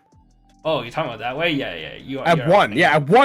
At one, you're going triple combo or like as many combos you can get, slam board, and then you open the lanes and you can just fucking eat shit in that moment, right? You have like 2 turns where you're not compressed at all. And like they could win 2 lanes against you with your Murons, right? Because your Murons like 10-5, 12-5, 13-5, 14-5, 13-5, 15k if you're playing Gobuta. Sure. If you go like double Gobuta, but then you're conceding. No, you're only going single Gobuta. 2 lanes. Well, Gobuta buffs 2 lanes, right? Or are you just like double pumping 1 lane? Yeah, but then you're conceding 2 lanes, right? Wait, you're conceding 1 lane because your 2 lanes would be 15k. So you're buffing 2 lanes. That's what I said. Are you single buffing 1 lane, or are you double buffing 1 lane? Why would you ever single buff? It's 15k. It's 1500 twice. Is it 13, 15, 15? Sure. So you can win. You can try to win 2 lanes off 12, 5 with CX. 12-5 with back rows. Lifa, 13-5 you get with hosed by CX. Lifa. Oh yeah, because Lifa. You get hosed by Lifa. Gives him like a 2k backup. Oh, we didn't talk about the Lifa and Sao. Yeah, they're like 5k backups. Yeah. You get a splittable. You get a 2k to everything backup, and then you get a 5k memory kit counter, or a 4k memory kit counter. A 4k memory kit counter or a 5k counter. Slime tier 1. Or a 4/5 anti-change. No, Slime is not tier 1. Definitely not tier 1. Slime. If you sit here and try to tell people Slime is tier 1, you're like actually hardcore. Slime. Tier 1 post Alice ban maybe. Like I could maybe consider it. Even then, like. I would leave it there. I think that's like a fair place to put it. Its lack of finishing power is a legitimate detriment in the format when a deck like Alice is just this deck but better. I think it's still a perfectly fine comfort pick, and being hexproof is good. You have no defensive counters, right? If this deck had like a you play better into Overlord than Sal does, but you play worse into every other deck than Sal. Imagine if you had like free fresh counter. This deck would be so nice. Free fresh counter so good. Because there are turns where you just double, triple. Or if you had if you had like Priscilla tap counter would be so sick. Yeah, they really need a defensive counter that wasn't just +6 soul. Yeah, like, and like this deck has the problem where sometimes it gets too good. The deck gets too good and then it dies to itself because it triple triggers pants. There is not a single person that can tell you like that has played this deck enough times that will not be like, yeah, I lost to triple trigger pants. But it's so much slower than a full level before Alice. Alice is doing this at 1, stifling your level 1 game out. Your Slime concedes level 1 game to let the deck. It lets every deck do whatever they want to be doing at level 1. Right? I think you're a worse deck. Like, I would rather somebody tell me they're gonna play Slime, and then if they told me they're gonna play Slime, I would play Stand by Hololive because I would actually not feel bad about playing Stand by Hololive at all into Slime. Yeah. But I feel bad playing Stand by Hololive into Alice now that I'm a knower, a true knower. All right. Yeah, I think this is a good spot for it though. I think it's like still well positioned enough. Real quick, just Sal, because we didn't talk about it and I wanted to talk about it. 3/2 Leafa early play is a broken card. Thank you. It's an early play. You can summon off because you need like 2. Because you're always playing Leafa Ricos. Yeah, you play Leafa Rico in your deck. Obviously, as a 4-of, you need 2 in your grave to EP. The card just says whenever you use an act, you give 2k to your whole board. So it turns your Alice's into basically offensive 14/5s with 14s with combo. It's like a little mini Gram. Basically, it's just on your board from level 2 onwards that you never have to worry about playing Gram with. It means Alice can like win boards like super duper easy, and in the mirror, it's like so hard. If you go combo, then the other person goes and they like try to like be cute about you and like keep their board alive in some way. They hit you to 2, you go slam that, use any act, you just win the lanes. Is there a free act? You just brainstorm. You just brainstorm. Wait, you just brainstorm once and move on. If you just combo again, you just gen all the source back. Level 0 stock swap is huge. It is huge. Having level 0 stock swap is good, but it's not going to win you the game, and it's not going to make the deck. It could win you the game against Sao. It can, but like I think Sao should also be a deck that's like aware, right? Like you have the resources in Sao to be aware. Also, again, you have the issue with Slime, and it's been the issue for forever. It was the issue back before, and the only crutch was that you played the pants top end, so you had a burn for. You don't have a way to capitalize on stock swap. You're vanilla swinging. Like, you are praying to God stock swap vanilla swings win you the game, or maybe a Benimaru, right? Quite often, though. Shut the fuck up, Kevin. No, it doesn't. Shut up. No, it doesn't. Shut up. Wait, there's so many times where I just get wins just because I can stock swap. You're pie rolling. It should not win you the game like that. Realistically. Because if you're stock swapping before level 3, you can't Benimaru. And then it doesn't matter. It's often like the case where I stock swap them early at 2. I'm able to push them so far to losing that where they can't push me back. Because I'm the I mean, I think that seems against like Alice, that seems ambitious. But what, they're gonna kill you? Millum is Millum looping the Millum burn is a cool way to win the game. They're gonna it's kill fine. you with Kirito. Well, I mean, see the thing here, Kevin, right? But the thing here, Kevin, is whether we think Kirito is better or not, people are on Silica, they're not on Kirito, right? I don't even the average. If you're compressed, the average person playing. I mean, Silica can kill you. Like they have stock swap. Mid to low 2. They can stock swap. Yeah, they're doing the same thing as you. Stock swapping? I don't think they triple though. I mean, wait, why? Like, 9 stock? Why can't they? I guess. You're playing Alice. You're the same fucking deck. Like, they're just gonna 9 stock, go triple Silica, stock swap, go. This is what I think. Right? Like, Slime should play the mask package still, so you're a bit more compressed without having to use stock. Yeah, then they play Sword of Liana, they dump the cards into your graveyard and they shuffle them back. Listen, you're never gonna have more than 4 or 5 memory anyway. If you play mask package, your goal is to double mask into triple combo and have 5 memory, 4 to 5. Yeah, memory. sure, whatever, dude. All right. Anyhow, I think this is a good placement for Slime right now. I think this is like perfectly. Like being a Slime player, I think this is a good investment, and knowing that your deck only gets better when Alice gets hit. So. 8 standby Slime. I don't think I will be as nice to though. I think this deck is dog shit. this is like a tier 3 deck at best. It's probably worse than 8 Standby Avatar, I think. I think it's better. You have nothing going for you. I've An 8 Standby Avatar, really? My locals plays it. What does it do? The What do you have that's good? Are still disgustingly big. Like, you can just win. Especially since you start summoning them in the front row. But what do you do versus the good decks? I mean, I don't think the villain top end is the play. I think you play level 1 combo still. I mean, I think they're both bad. I think when you play level 1 combo, that's bad. If you play Milim, it's bad. I think it's just all bad. Like, level 1 combo puts you in like this weird spot. Is one hell of a card. 3/2 Benimaru, like the yeah, 3/2 Benimaru is a 3/2 Benimaru is a great card, but I don't think 3/2 Benimaru is a card that 3/2 Benimaru does not carry a standby deck by itself, unfortunately. But even though I do think yes, it is a good card. 4 3/2 Benimaru is on your board. No, just put it next to Sora and move on. There's no way it's like any better than that. Okay, I don't think it's better. I don't think it's better in tier 3. Sure, that's fine. Like, I think this deck can't win again. Slime has the perpetual problem where Slime can't win games. The best decks in Slime don't have ways to win. Okay, you're telling me that Ichika wins game though. Ichika finishers know better. Hey, wait, it's burn 4 shuffle. It's shuffle 4 burn 4 on cancel. On cancel. That definitely wins game. Yeah, but if you stick a 4, you stuck a 4. 8-4.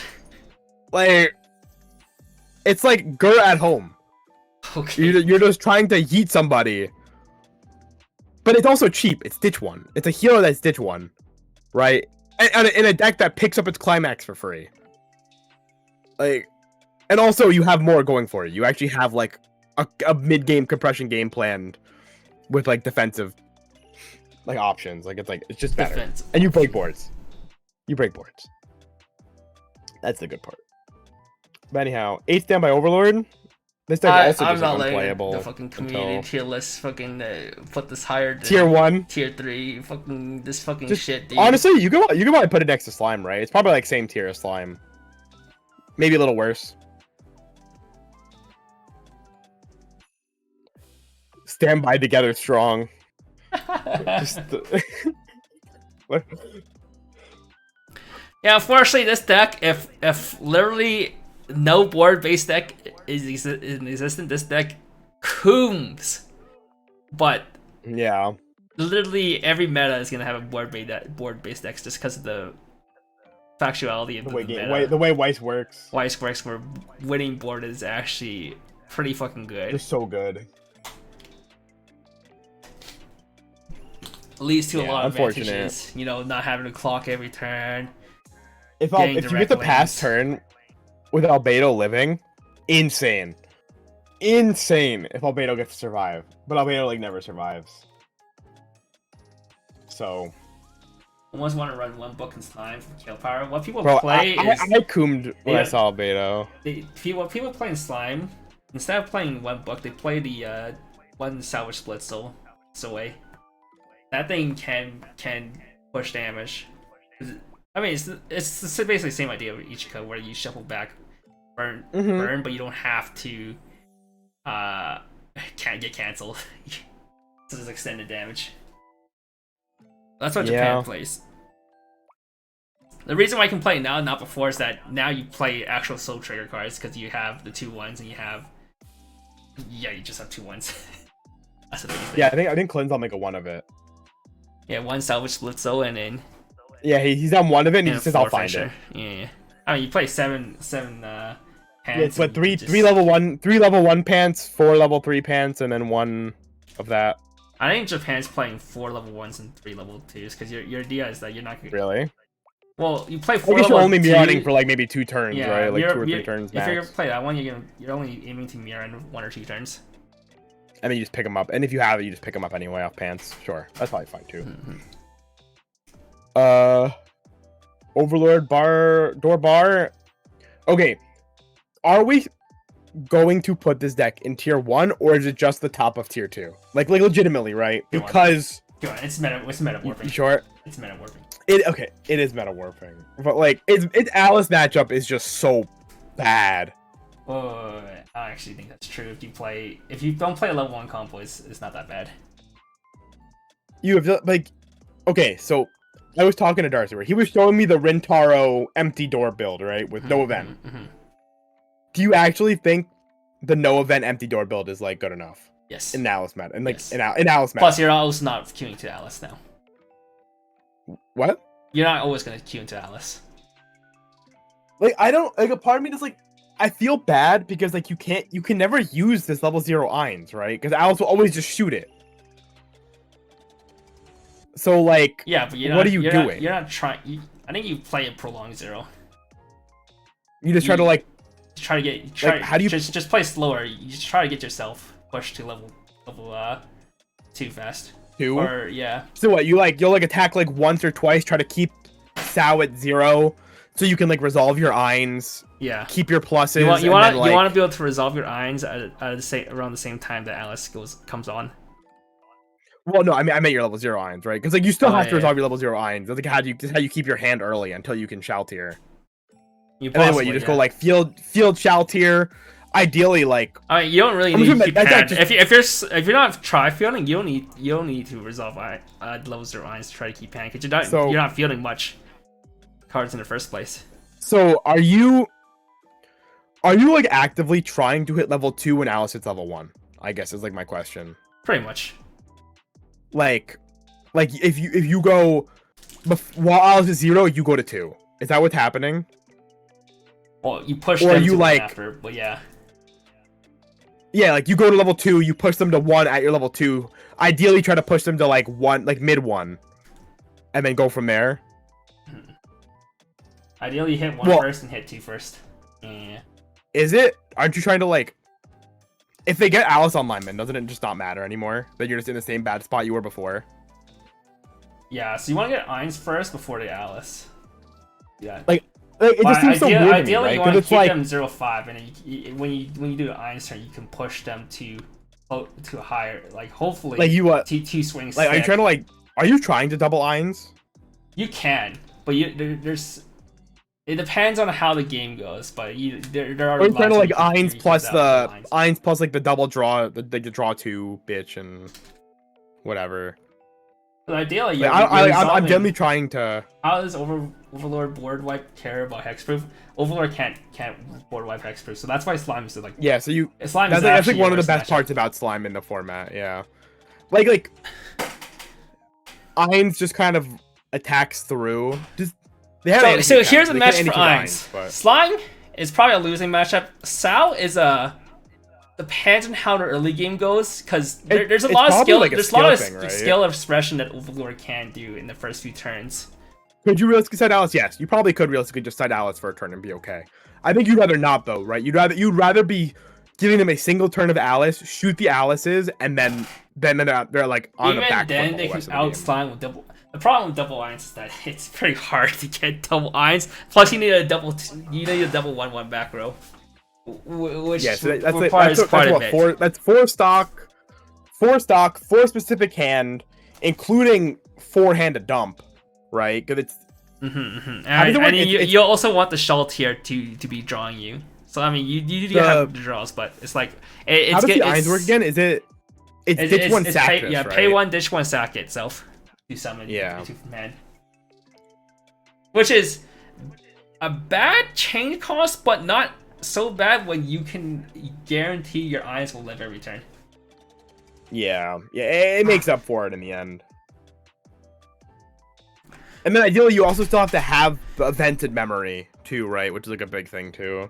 But yeah. I remember you have to have the events in waiting room to be able to actually like marker. I guess for Slime, it doesn't matter as much. You can kind of take time with it because you can't shoot their board. Yeah, against Slime, you can't shoot their board, so you pretty much hope that your burn one 5 times can kill, which can't kill.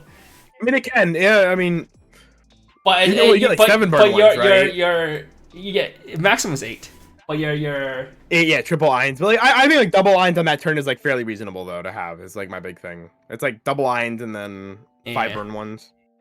But your biggest plus boon of being able to board wipe against a lot of board centric decks, even against Gura, if you can just blow up 3/2 Gura. Oh yeah, they like you versus Hololive, you just sit there, you hold the events and you're under an Eins, and you just say the second you like put a Gura on the board, your board dies. And now they have to effectively play around 10 stock, or they have to hope that they cancel and then do it again. Slime is not pushing you hard. They can push you hard though, right? True. You just. But yeah, that is probably true. You single eyes, put like 3 markers under. Yeah, three or four events, and you just hold them, and then when you get the second eyes, you hold another honestly. Marker. First slime, it's probably real to just like play for double eyes in that turn, right? They can't contest it. Like, well, yeah, it requires you to do so many different plays that. Yeah, there's a lot to do. Maybe not, but it's probably your hardest matchup. I think Alice. If I will believe in the no level 1 combo deck being like good enough. That's a deck like, I was probably planning on just leaving the no level 1 combo deck because it seemed better than the level 1 combo stuff. So that's a matchup I'll just have to play around with myself and see. But I'll if like you and Darcy are both saying it's like good, I'll believe it. Yeah, I think it's suspend. It's the worst of the 3, but I hate the event deck. I think it's the worst of the 3, but it's still like a meta working enough deck that it deserves to be. Yeah, I literally don't like. Part of me doesn't want to play Instant by Hollow because of Vines. Yeah, because this is a deck where if you're not playing it, whatever deck you're bringing, if Overlord is legal, you have to think about how your deck can handle Overlord. If you're trying to top, the Irons does nothing. Yes, if you play double 2-1, the Irons does nothing. So that's the case where if you're playing a slow game to try to double Irons and blow up the board, they can just play the slow game against you and then try to find a double 2-1. Like if you spend an extra turn to find a second Irons, they can spend another turn to find a second 2-1. Yeah, it really depends, but it's like it's real. Ein just has to kind of hit 3 and say like whatever, right? Yeah. That's their goal. The only time this deck loses would be mainly is when you do the Irons combo and then the turn after you just get hit to 3 right away. Then it starts becoming a struggle bus. But if they're able to double cancel after the Irons turn, because ideally they'd have like 5 compression off the markers, then they start to snowball really bad. They can snowball real hard. They get heal every turn. They can aggressively clock or Shaltier because they can just heal it off. Stuff like that. Yeah, they heal loop, Shaltier, draw, and they have the dig with the maid. At best, they use 1 stock a turn for brainstorming, and they just like maybe 2, right? Or stock swap. Yeah, brainstorm plus stock swap. I mean, I said stock swap plus CX swap. And they just accrue a bunch of advantage. So this is like a deck that can hard snowball. So it's just like Sao. Sao can also hard snowball. Yeah. You can't answer. Alright. I mean, I'm okay with keeping it tier 1 then. That's fine. And this deck, obviously, I think this deck is good in Nagura. Or it's like fine in Nagura. It makes Gura have to play for 10 stock. And or 10 stock. Play for 10 stock and or just double Gura. 10 stock or more if they can't find pants in time. Yeah. Because now you need 11 stock to CX swap. Or you need 13 stock to salvage CX triple, which is pretty bad. Deck is definitely meta warping. It is definitely one of those decks that stops a lot of other decks from being better. Like I think if Overlord didn't exist, decks like Kanata would be a lot better.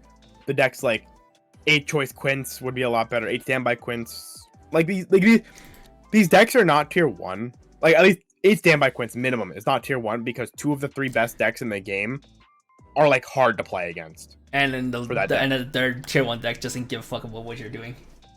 Yeah.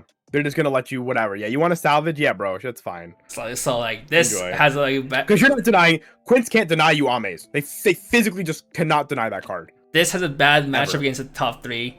This has okay against like one of them. It's like pretty bad against one of them. Yeah. That again, that's also the same. It's like into Alice, it's fine. It's like they have like that back and forth of like Kanata can side and then it can like be over Alice defensively. Although Leafa, I think again sways that matchup again as a card because you just get big enough that it's like really gross. Quince 8 choice can like pop. It can be really annoying for both standby pants and for choice and for Sao because you can like you can bounce their board around and stuff. And then 8 doors agnostic. Slime is a good matchup into Overlord, but not as good to the rest. It's fine. 8 All right, let's standby Azure go lane. the unreleased decks. 8 standby Azure lane. All right, into the corner of 8 standbys you go. Yeah, probably. It's probably the best of the 8 standbys, though, honestly. If only because it's one of those like board breaking 8 standby decks, right? Like I think the stun is actually like meta relevant. Yeah. So it's 2/2 when it gets summoned out, it can stun 2 of your, was it 2 or 1? 2, right? 2. 2 of your opponent's characters, so you can stun stuff like Gura. Guras and that's basically that's it. the biggest thing. Yeah. Yeah. Nino stuff, I guess you can stun that. It's one of those decks that has like that one really good tier 1 matchup. It's fine though. It'll be a deck that's more relevant when the ban list hits. And its Brainstormer can heal burn every turn, stuff like that. Yeah, it's cool. It's a decent standby deck, but it's nothing special. That's why it's not higher like these two. But it's like along the line of like all the other good 8 standby decks, but not special 8 standby decks. So Albeit is technically special, but she's special in a different way. Yes. Special bad. Special. So close, but so far. Alright, Bardor. Bardor, bottom of tier 2. Probably higher. Probably. Than Bang Dreams. Probably higher than Bang Dream. Insane is a good finisher, good loopability. The problem with this deck is you play on 3-hand. You play on 5-hand. Yeah.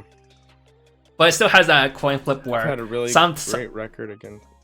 Okay, you still play a coin flip where sometimes you just win a level 0 because you field 3 soul, 4 soul, 3 soul, and then your opponent gets to almost level 2. You are the Soul Rush Boogeyman deck that people like Carmen see in their nightmares when he talks about Weiss being as a game is like giga fast and you're just fucking taking 4 damage to 0. This is the deck. This is the deck that does that. If you don't know what Azulane does, basically it has a 0/0 package where one card searches a vanilla, and then it gives itself and the vanilla +1 soul. So then up front you already have 2 soul beaters, and then if you get a second one, you get 2 soul beaters and 3 soul beaters. And because it's level 0, you might most likely be able to swing open lanes. So now you're swinging like 3/3/3, and if all those stick, well, it could just be GG right there. Because you lost nothing for it, and then you're sitting on like a 4K plus like a 3/5 wall, a 4K wall, and another 3/5 wall, or something like 3/5, 5K, 3/5, something like that. And you have to tell your opponent, all right, now out my walls, otherwise we're doing it again. 3/3/3. Yep. Yeah, and this deck just slam. It's a slam deck, and then it restand Mochas. I think restand Mocha is pretty sick, and this deck can like actually do the full top end of restand, like give your restanders Mocha, and they get to like restand Mocha, or whatever, or restand Mocha. What is it? Attack? Mocha attack, restand Mocha again. Mocha attack. There you go, twice, which is like pretty good. Yeah. Coach Usa's like, yeah, Mocha twice on your combo. What the fuck? Yeah. You get like an extra attack out of an extra Mocha out of it, which is kind of nuts. Let's see. I've had a great record against Alice with Nino because of the 1/1 Itsuki. Yeah, unfortunately, I don't think 1/1 Itsuki is a viable card to be playing in Nino anymore, which is a detriment, unfortunately, to the deck. Because of the way the deck is like. Yeah, I don't think you can slam people were slamming 2 or 3 of the Adachi. There were like 3 or 4 of it, yeah. But it's like, which was good. It's pretty bad against this, pretty good against this, pretty bad against this. It's good into this. It's only good against one of the 3 best bad decks. Into this. It's not gonna Overlord, right? No, you can't. I mean, can't dodge giants. Yeah. Oh, you said bad. Sorry, delayed. So, yeah, I wasn't looking at your actual stream. I was looking at the because I can't. Yeah. I was looking at the actual like Twitch stream. So I was like, huh? Yeah. It's like it's good into some of the decks, but not enough of the decks. Good. Bad. 0. Bad. Could be good. Could be good. Bad. Like when all you're looking when Alice was queen. When all you're looking was Alice and other Quin's deck, the Adachi's pretty nice. Yeah, when the meta was like Kana to decks, Alice decks, Nino decks. Like, yeah, you got it, bro. That's good. Like, that's just... And, like, SDS. That's good. Like, fine. The one deck, like, the best deck in the format is easily hosed. But also, like, space, right? Like, you have so many cards you are playing now, because partly because of the post-ban, and, like, Nino just got so many good cards. But, like, you can't afford to really find space for this card. So you make space for the one back row instead, and that's, like, your new crutch card, but it makes you worse against Alice, but it makes your matchup into everything non-Alice so insane as well as that, like, you have to play for that. Sometimes you also just want to play like the 1-0 can't be reverse. Like yeah, like, and you can't play that anymore. So yeah, you have to concede that if you want to play the Adachi. And then that, well, no, you can't. But I mean, the cost can't be reversed by cost 0 is terrible now. Yeah. Dora kills it. Ainz kills Gura it. can Ami it. Alice is Alice. Ichika can bounce it. Kanata kills it. Ichika can just play the 2-1. You can farm against. Well, for like a turn. Yeah. The second Ichika hits 2, they kill it. Oh, yeah, Neuron kills it at 2. SDS can't kill it unless they EP. Hololive just runs over it. Yeah, like the other decks, yeah, it's good against, but like it's not good into like a lot of these decks, so it's like an issue. But it's there, I guess. Anyhow, on to Ari Ferretta. Well, first let's just put 8 door in the bottom, real quick, because that's like not even worth like talking about, right? It's like a bottom of tier 3 deck probably. I like it. Maybe it's a good like avatar, somewhere in the avatar pile, I guess. We can't break up the standby. I think it's kind of like we're Danmachi. It's worse than Danmachi. Yeah, maybe that's probably. Put it below Danmachi. It's worse than Danmachi, but it's probably there. It's their finisher. It's Bell and worst cooler Bell because he has an eye patch. It's true. Oh, I just see this literally Bell and cooler Bell. Got a metal arm and an eye patch. Oh god, that's so funny. Bell before the dungeon, Bell after the dungeon. Yeah, but yeah, I mean, 8 door as just a quick separate. It's like has a lot of power, has good utility cards, held back by the level 1 combo being atrocious. 2 soul Ari Ferretta. We say 2 soul X. Realistically, this should just be 2 soul bar. That is the current like top deck of Ari Ferretta that you'll see played with the TD Shea.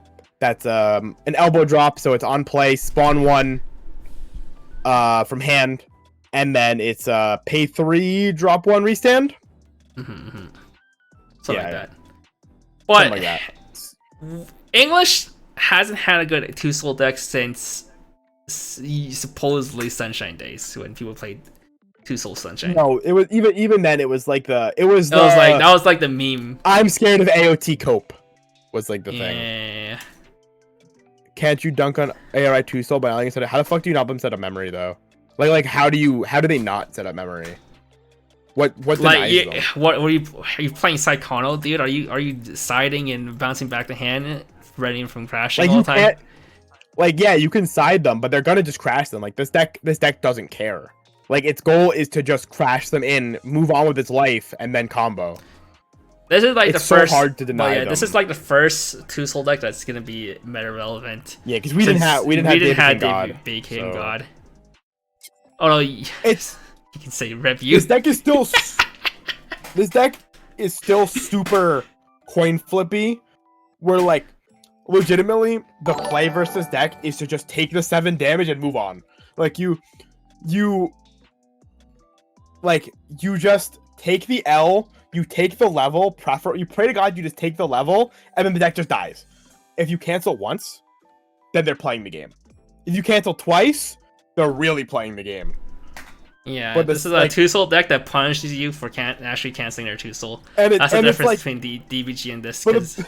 It's so funny though, right? Because it was like this deck has always been bad. This combo has always, we've seen this printed in Grisaya, we've seen this printed in Steins Gate. Okay, but they never gave as much resources as this one did though. Yeah, this gives you that's what I'm saying. It just gives so much.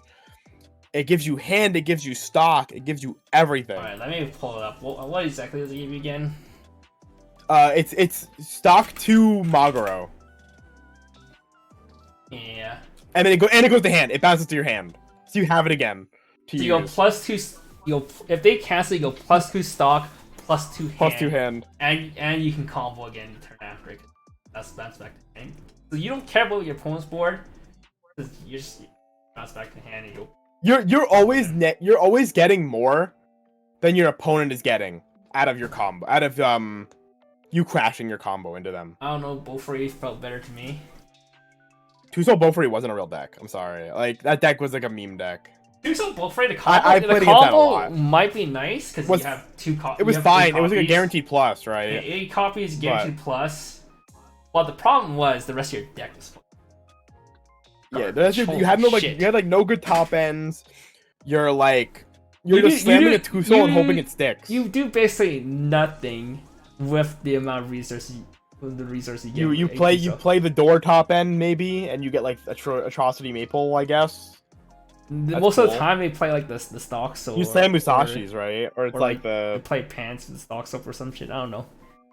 Yeah, You just don't have as much payoff as Arifureta does. Like if Arifureta gets 2 cancels off, yeah, they loop the burn ones into because the top end in Arifureta is like worth playing towards. It is worth literally inting your entire level 1 game and just saying, please cancel me. I just want to have infinite stock. Because in the moment they hit 3, they go with like 18 stock. They go like burn one, play Shea. Shea spawn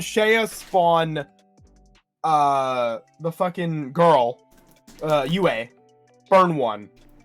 Play UA over UA, burn 1. Use the Shea back row, pay 2 rest, ditch, pick up 2 UAs, play UA. They brainstorm because their deck's insane, and they're not touching their deck.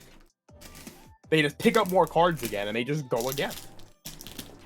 And they'll just keep doing it until like, okay, well now I have to play my bar, slam my bar, and then you have 2 restanders. They don't even care about the restanders. The restanders just there to facilitate playing UAs for cheap. Like it's there. It's like a fine combo. It's stock light. So at the end of the day, after you're done slamming UAs, you can do like a restand or 2 maybe. So, and it's not a bar. The bar being a plussing trigger that you can like ditch is good too. So. Yeah, I mean, it's just fine. I don't think the deck is, like, super duper crazy good. It's just one of those decks. It's an interesting deck. I'll probably pick it up. It's probably going to be dirt cheap, like, whatever. And no one cares about Arifureta. And the stores will open them, because... Haha! Opening Weiss product stonks! Stonks. And then I will buy the SR of the UA early play, because I will not go to jail. Yes. Yeah. I'd rather somebody not look at my deck and be like, "Hey, can you leave the store?" No, please. She's a 500-year-old vampire. Please understand. All right. Do we want to change anything? Can we move Bang Dream down? Yeah, I was thinking about it. I was looking at this like Bang Dream feels like it could go down. And along with it. I mean, like. I wouldn't be opposed. If I'm being honest.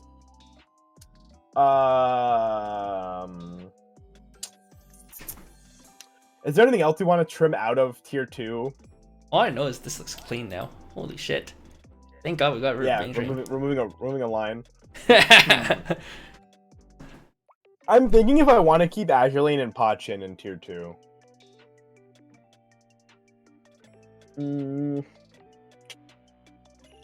Boy, was this Arifureta placement fine, you think? Yeah, I think that's fine. It's somewhere next to Kobayashi's, either before or after, I think. It's like one of those two. I don't care which way or the other. Mm-hmm. I think that deck's really cool. I think that deck's really cool and it's really different. And it's also agnostic deck. Agnostic deck good. We like things that ignore playing the game because that's how you play this format. Granted, mind you, Arifureta could be a lot better post-ban list. I think that's like a big thing too. It's like post-ban list, Arifureta just gets better.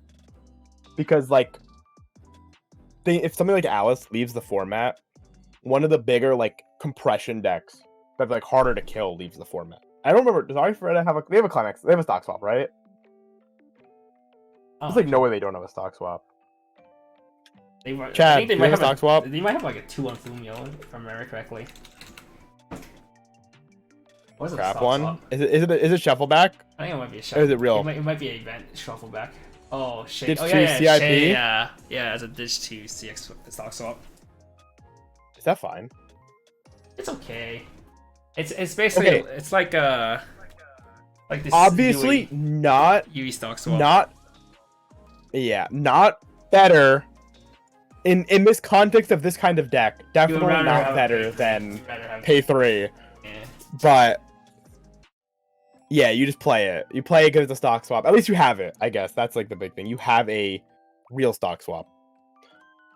It does lower your. You could argue that like if you need to stock swap somebody, a good stock swap is equivalent to playing down a couple copies of UA anyway. So that's probably fine.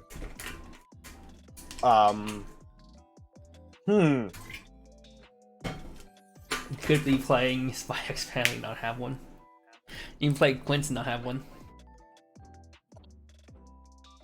I'm just trying to think if there's anything I want to drop.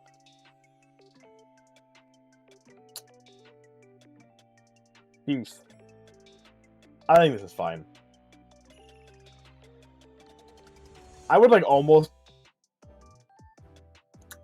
I kind of want to put. I kind of want to dump Door Pants Cog. Yeah, I don't think that deck is that good, but. Alright, Door Pants is That deck's basically fun. the same thing as Door Choice. It's not. It's not. Oh, yeah, It's so much more You can't play President. You can't play President, and it's so much more effort. Cause like you have to play around. You have to play Event Soup. Haruhi as Rogue. Bro, actually. Bro, no one's gonna play Haruhi, dude. Door Pants worse than 8 door. Yeah, but we can't play 8 door, so it doesn't matter. We don't have 8 door. Yeah, I mean, you can play Door, but We can, but we don't have Ricky, therefore we can't play 8 door. I think Ricky's pretty important to the deck. Guru can't slam CX, true! And you stop Irons from slamming CX too, so you can beat over Irons. Damn, that's so smart, Darcy. You're so big brain. I don't play the Ricky 2K fails on events anyway. But you don't play events in 8 door. Wait, yeah, 8 door would not play events. Wait, why? You'd play like maybe 2 of the Miko event, and that's like it, because that event's really good. Salvage But, pump, yeah, not bad. Yeah. Salvage pump 2 things 15 is pretty good. You get mask? Kaguya's mask? Mask? You're playing Mask in Kaguya? Why would you play Mask when you can just They play have Ricky? mask? Yeah, you have a Ricky that bumps 2k power, and you play like 2 of the Miko event, and that's like it. And even then, even if in the world where you play 4 events, we already have the math that says 4 events and 8 CXs is not enough misses to make Ricky bad. To make like the top check for a thing actually like a low enough chance to not play it. Because you played events in like AOT played a Mill Runner with 4 events. Like it doesn't matter.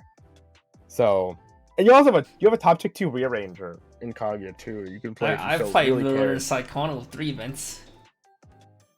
I never hit the event except last week. Except when he did, yeah. Except what I did last week.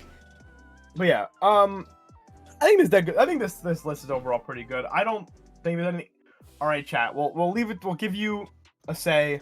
Is there anything on this list that you feel should not be where it is? No Haruhi. Except Haruhi. Darcy, you're banned from mentioning Haruhi. Sure, Haruhi's like this weird deck. It has so many good anti-hate cards, and then you look at the rest of the game. Alice over Gura. We already said it doesn't matter. They're the same. They're the same thing. You could put Psychono below AOT. I think not, sir. I would not. I would set my foot down for that. You'll make him actually cry. But yeah, you can't tell me Psychono is worse than AOT. I think Kevin put Gura over Alice because you can't counter Gura. Like Gura is less susceptible harder to to hate. play around. Yeah, where you can reasonably play hate on Alice, and it's like a thing. I think AOT has the bigger foot. True. You're right. Lamb is right. Lamb is Kato right, has a but- cuter foot. Okay. As a foot Thank connoisseur myself, I think Grisaya is crying. I'm crying for Grisaya because Grisaya is probably one of my favorite franchises in Weiss Schwarz. And just know Grisaya, at least you can have a good match against Overlord, sort of. yeah, and just 'Cause you know can just Grisaya won't get Nice. any better if it gets set 2. So Yeah, set You 2. know. They did dirty. This is a man set, so we get could set 8 2. bar do Sora nothing. not be tier 2? But 8B Sora Eight- not be tier 2. 8 bar Sora. Like level 1 combo Sora into level. I Like, think level, I don't know why. Caillou or I think something. Ozki is just like so much better. Yeah, I think having the. I think Sora really needs the ceiling of the standby to like be a real deck. I think you could argue Sora might be a better deck than we gave it credit for.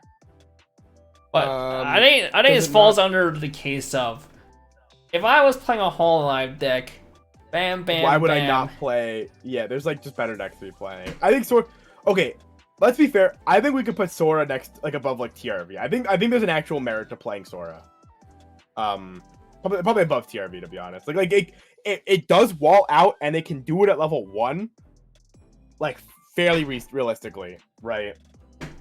And There's like get a card you can play in set 2. They give you a few cards, but they're not enough have- cards to change to, the like, deck be a good better.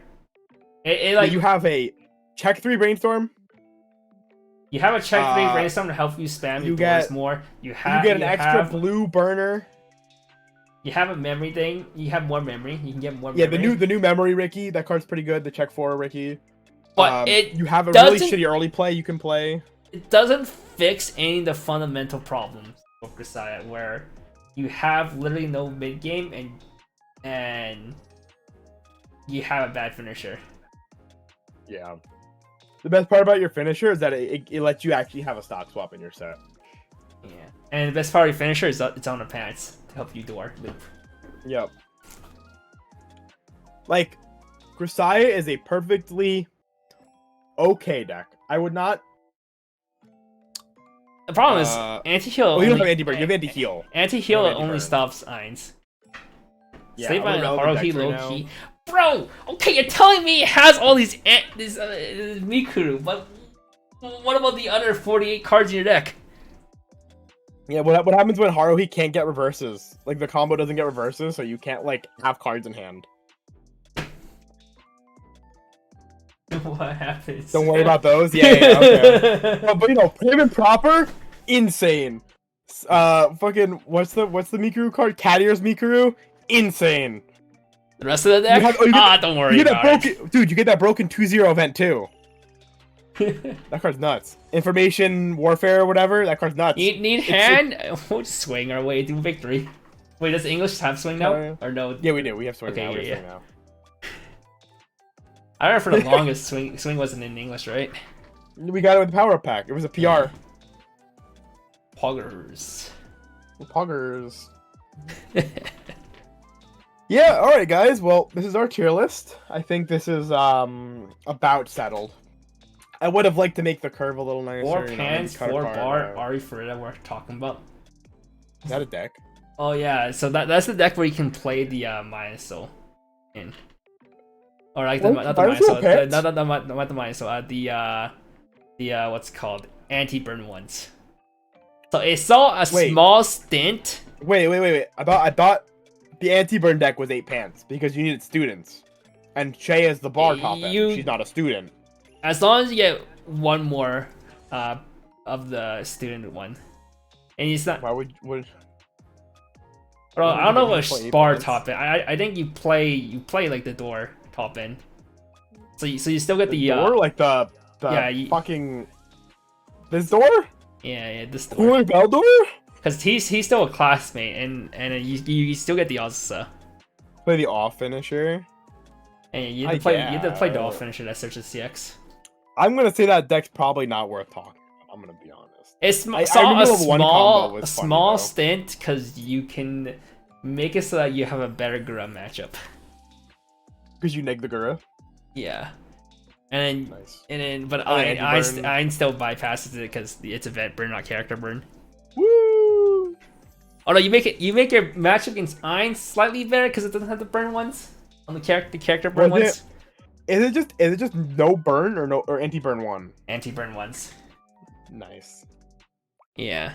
So it makes your Eins and the Gura matchup slightly better if you play the Pants level 1 stuff. We need a good anti-burn deck to come back. I'm good. I'm down.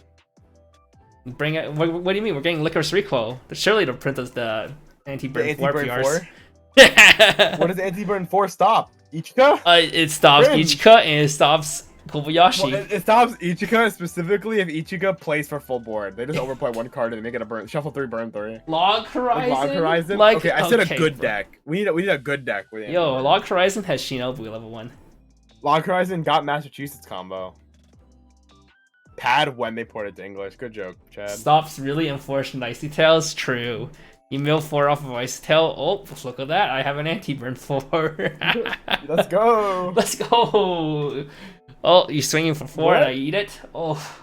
Would I play Pad in English if it came out? Probably not. I'd probably just play Gura. Kanatagura, that is on here. Kanatagura is part of the Stock Soul X. I insisted Kevin make it separate, and Kevin decided he was lazy, and he just made a Stock Soul X. Despite, I think, Kanatagura and Kanatamarin being like fairly different decks in terms of power level. But, no. In terms of overall deck, they're like 80% Kevin's the same. lazy. They're 80% the same. They're 80% the same. It's like 70% the same. That's realistically. maybe like I should have. I was too lazy, but what I would have done was make this a Dorex. I was too lazy to do this. The Kaguya's. I should have made Kaguya's. We could have had the same amount of things on this tier list, and had 2 Kanatas and 1 Kaguya, and instead you chose to leave 2 Kaguyas. Listen, the difference is level 1 can just barely break 2 Alices. Okay, I think you need a triple Pants to break 2 Alices, but which is like a bit ambitious. Okay, but yes, Jason, I think there was a world where you could. One required me to make 3 icons. The other required me to make 1 icon. Required me to delete 1. Yeah, I understand. It's okay, Kevin. I won't judge you out loud. Fuck you. But yeah. So once again, I think that's like the probably end of our tier list for the day. We went on for about 2 hours and almost 15 minutes. That's pretty good. All right, if you're trying to win, play one of the top tier 1 or tier 2 decks. Yeah, like literally pick one of the top 10 decks. And what's top 10? What was top 10 in that? 1, 2, 3, 4, top 5, 10 6. ends at a standby. Which is technically where Ari Freda doesn't exist yet. So, pick a top 10 deck. Maybe even top 5 if you want to be like top 6, 7, 8. I don't know. The top 10, whatever. They're all fine. Like all the tier 2 decks I think are within like a margin of power from each other. They all do something. Another question is, what is the standby combo you're thinking of besides level 3 Nino? Level 1. Level 1. It's level 1 Nino every time. You know. You might have missed it. It was pre BCS. It was back in Springfest. You could argue for level 2 combos, but we didn't have the movie with that, right? Yeah, for majority of it. I think there's like 1 or 2 tournaments that had movie. I think. Was there? Maybe. But not in North America. It'll be like Europe or Asia. Whatever. But yeah, so the 2-2 combo in a world where Alice is the only deck that matters is the better combo to be playing, because obviously it makes your Alice matchup the best because you're putting this big beefer that kills Alice on board. The problem being 1, 2, 3, 4, 5, 6, 7, 8, 9, most 10, decks 11. don't care about it. Yeah, most decks don't care about the 2-2, but what every other deck is giving you is free reverses for the 1-1, which fixes the problems that the actual set has. Is JoJo coming in English? We don't have an announcement yet. No idea. So where would it be? Who knows? We don't even know that deck's been out for a week. Yeah, we don't even know where it would be in JP because there's no definitive deck yet. Yeah, it's literally for 1 week ago. As of today. Yeah, as of today. As of like right now when we did the JoJo review show, literally 1 week ago. We have no Intern idea. Kun just made a post about JoJo. Oh, did he really? Oh, fuck. Wait, did he? Let me go into Twitter real quick. Okay, I mean, if he Oh. made a post about JoJo... Alright, it's time for me to go. I have to do some Card of Day translations now. Yeah, so... It is Card of Day time! Ding ding! Wait, these are all... Wait. No, these are all... Wait, there's no new cards. The fuck? Oh, no new card of the day cards? time. Ding, ding, ding, ding. I was... Did he make a post about JoJo's? What did he say? Oh, is that like the Bushi Matt Twitter, you mean? No MTI Ruger. Okay, and no matter what, I still think Bar Ruger is just worse than 8 standby. I played both decks, and the consistency of 8 standby is just so much better than the random high roll you can get with the Bar.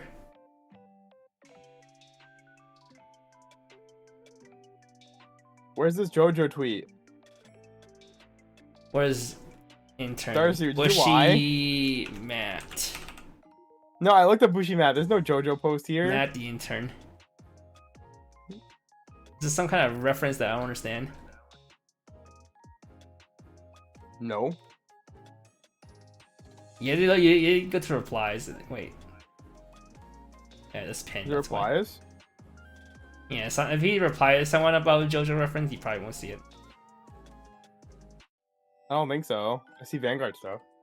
What is this? Darcy just DM'd it to me. Oh, he didn't DM it to me though. What the fuck? Who is this? Oh, Is good this- thing is this- I don't show my. Wait, is this also Bushi Matt? Is this like his personal?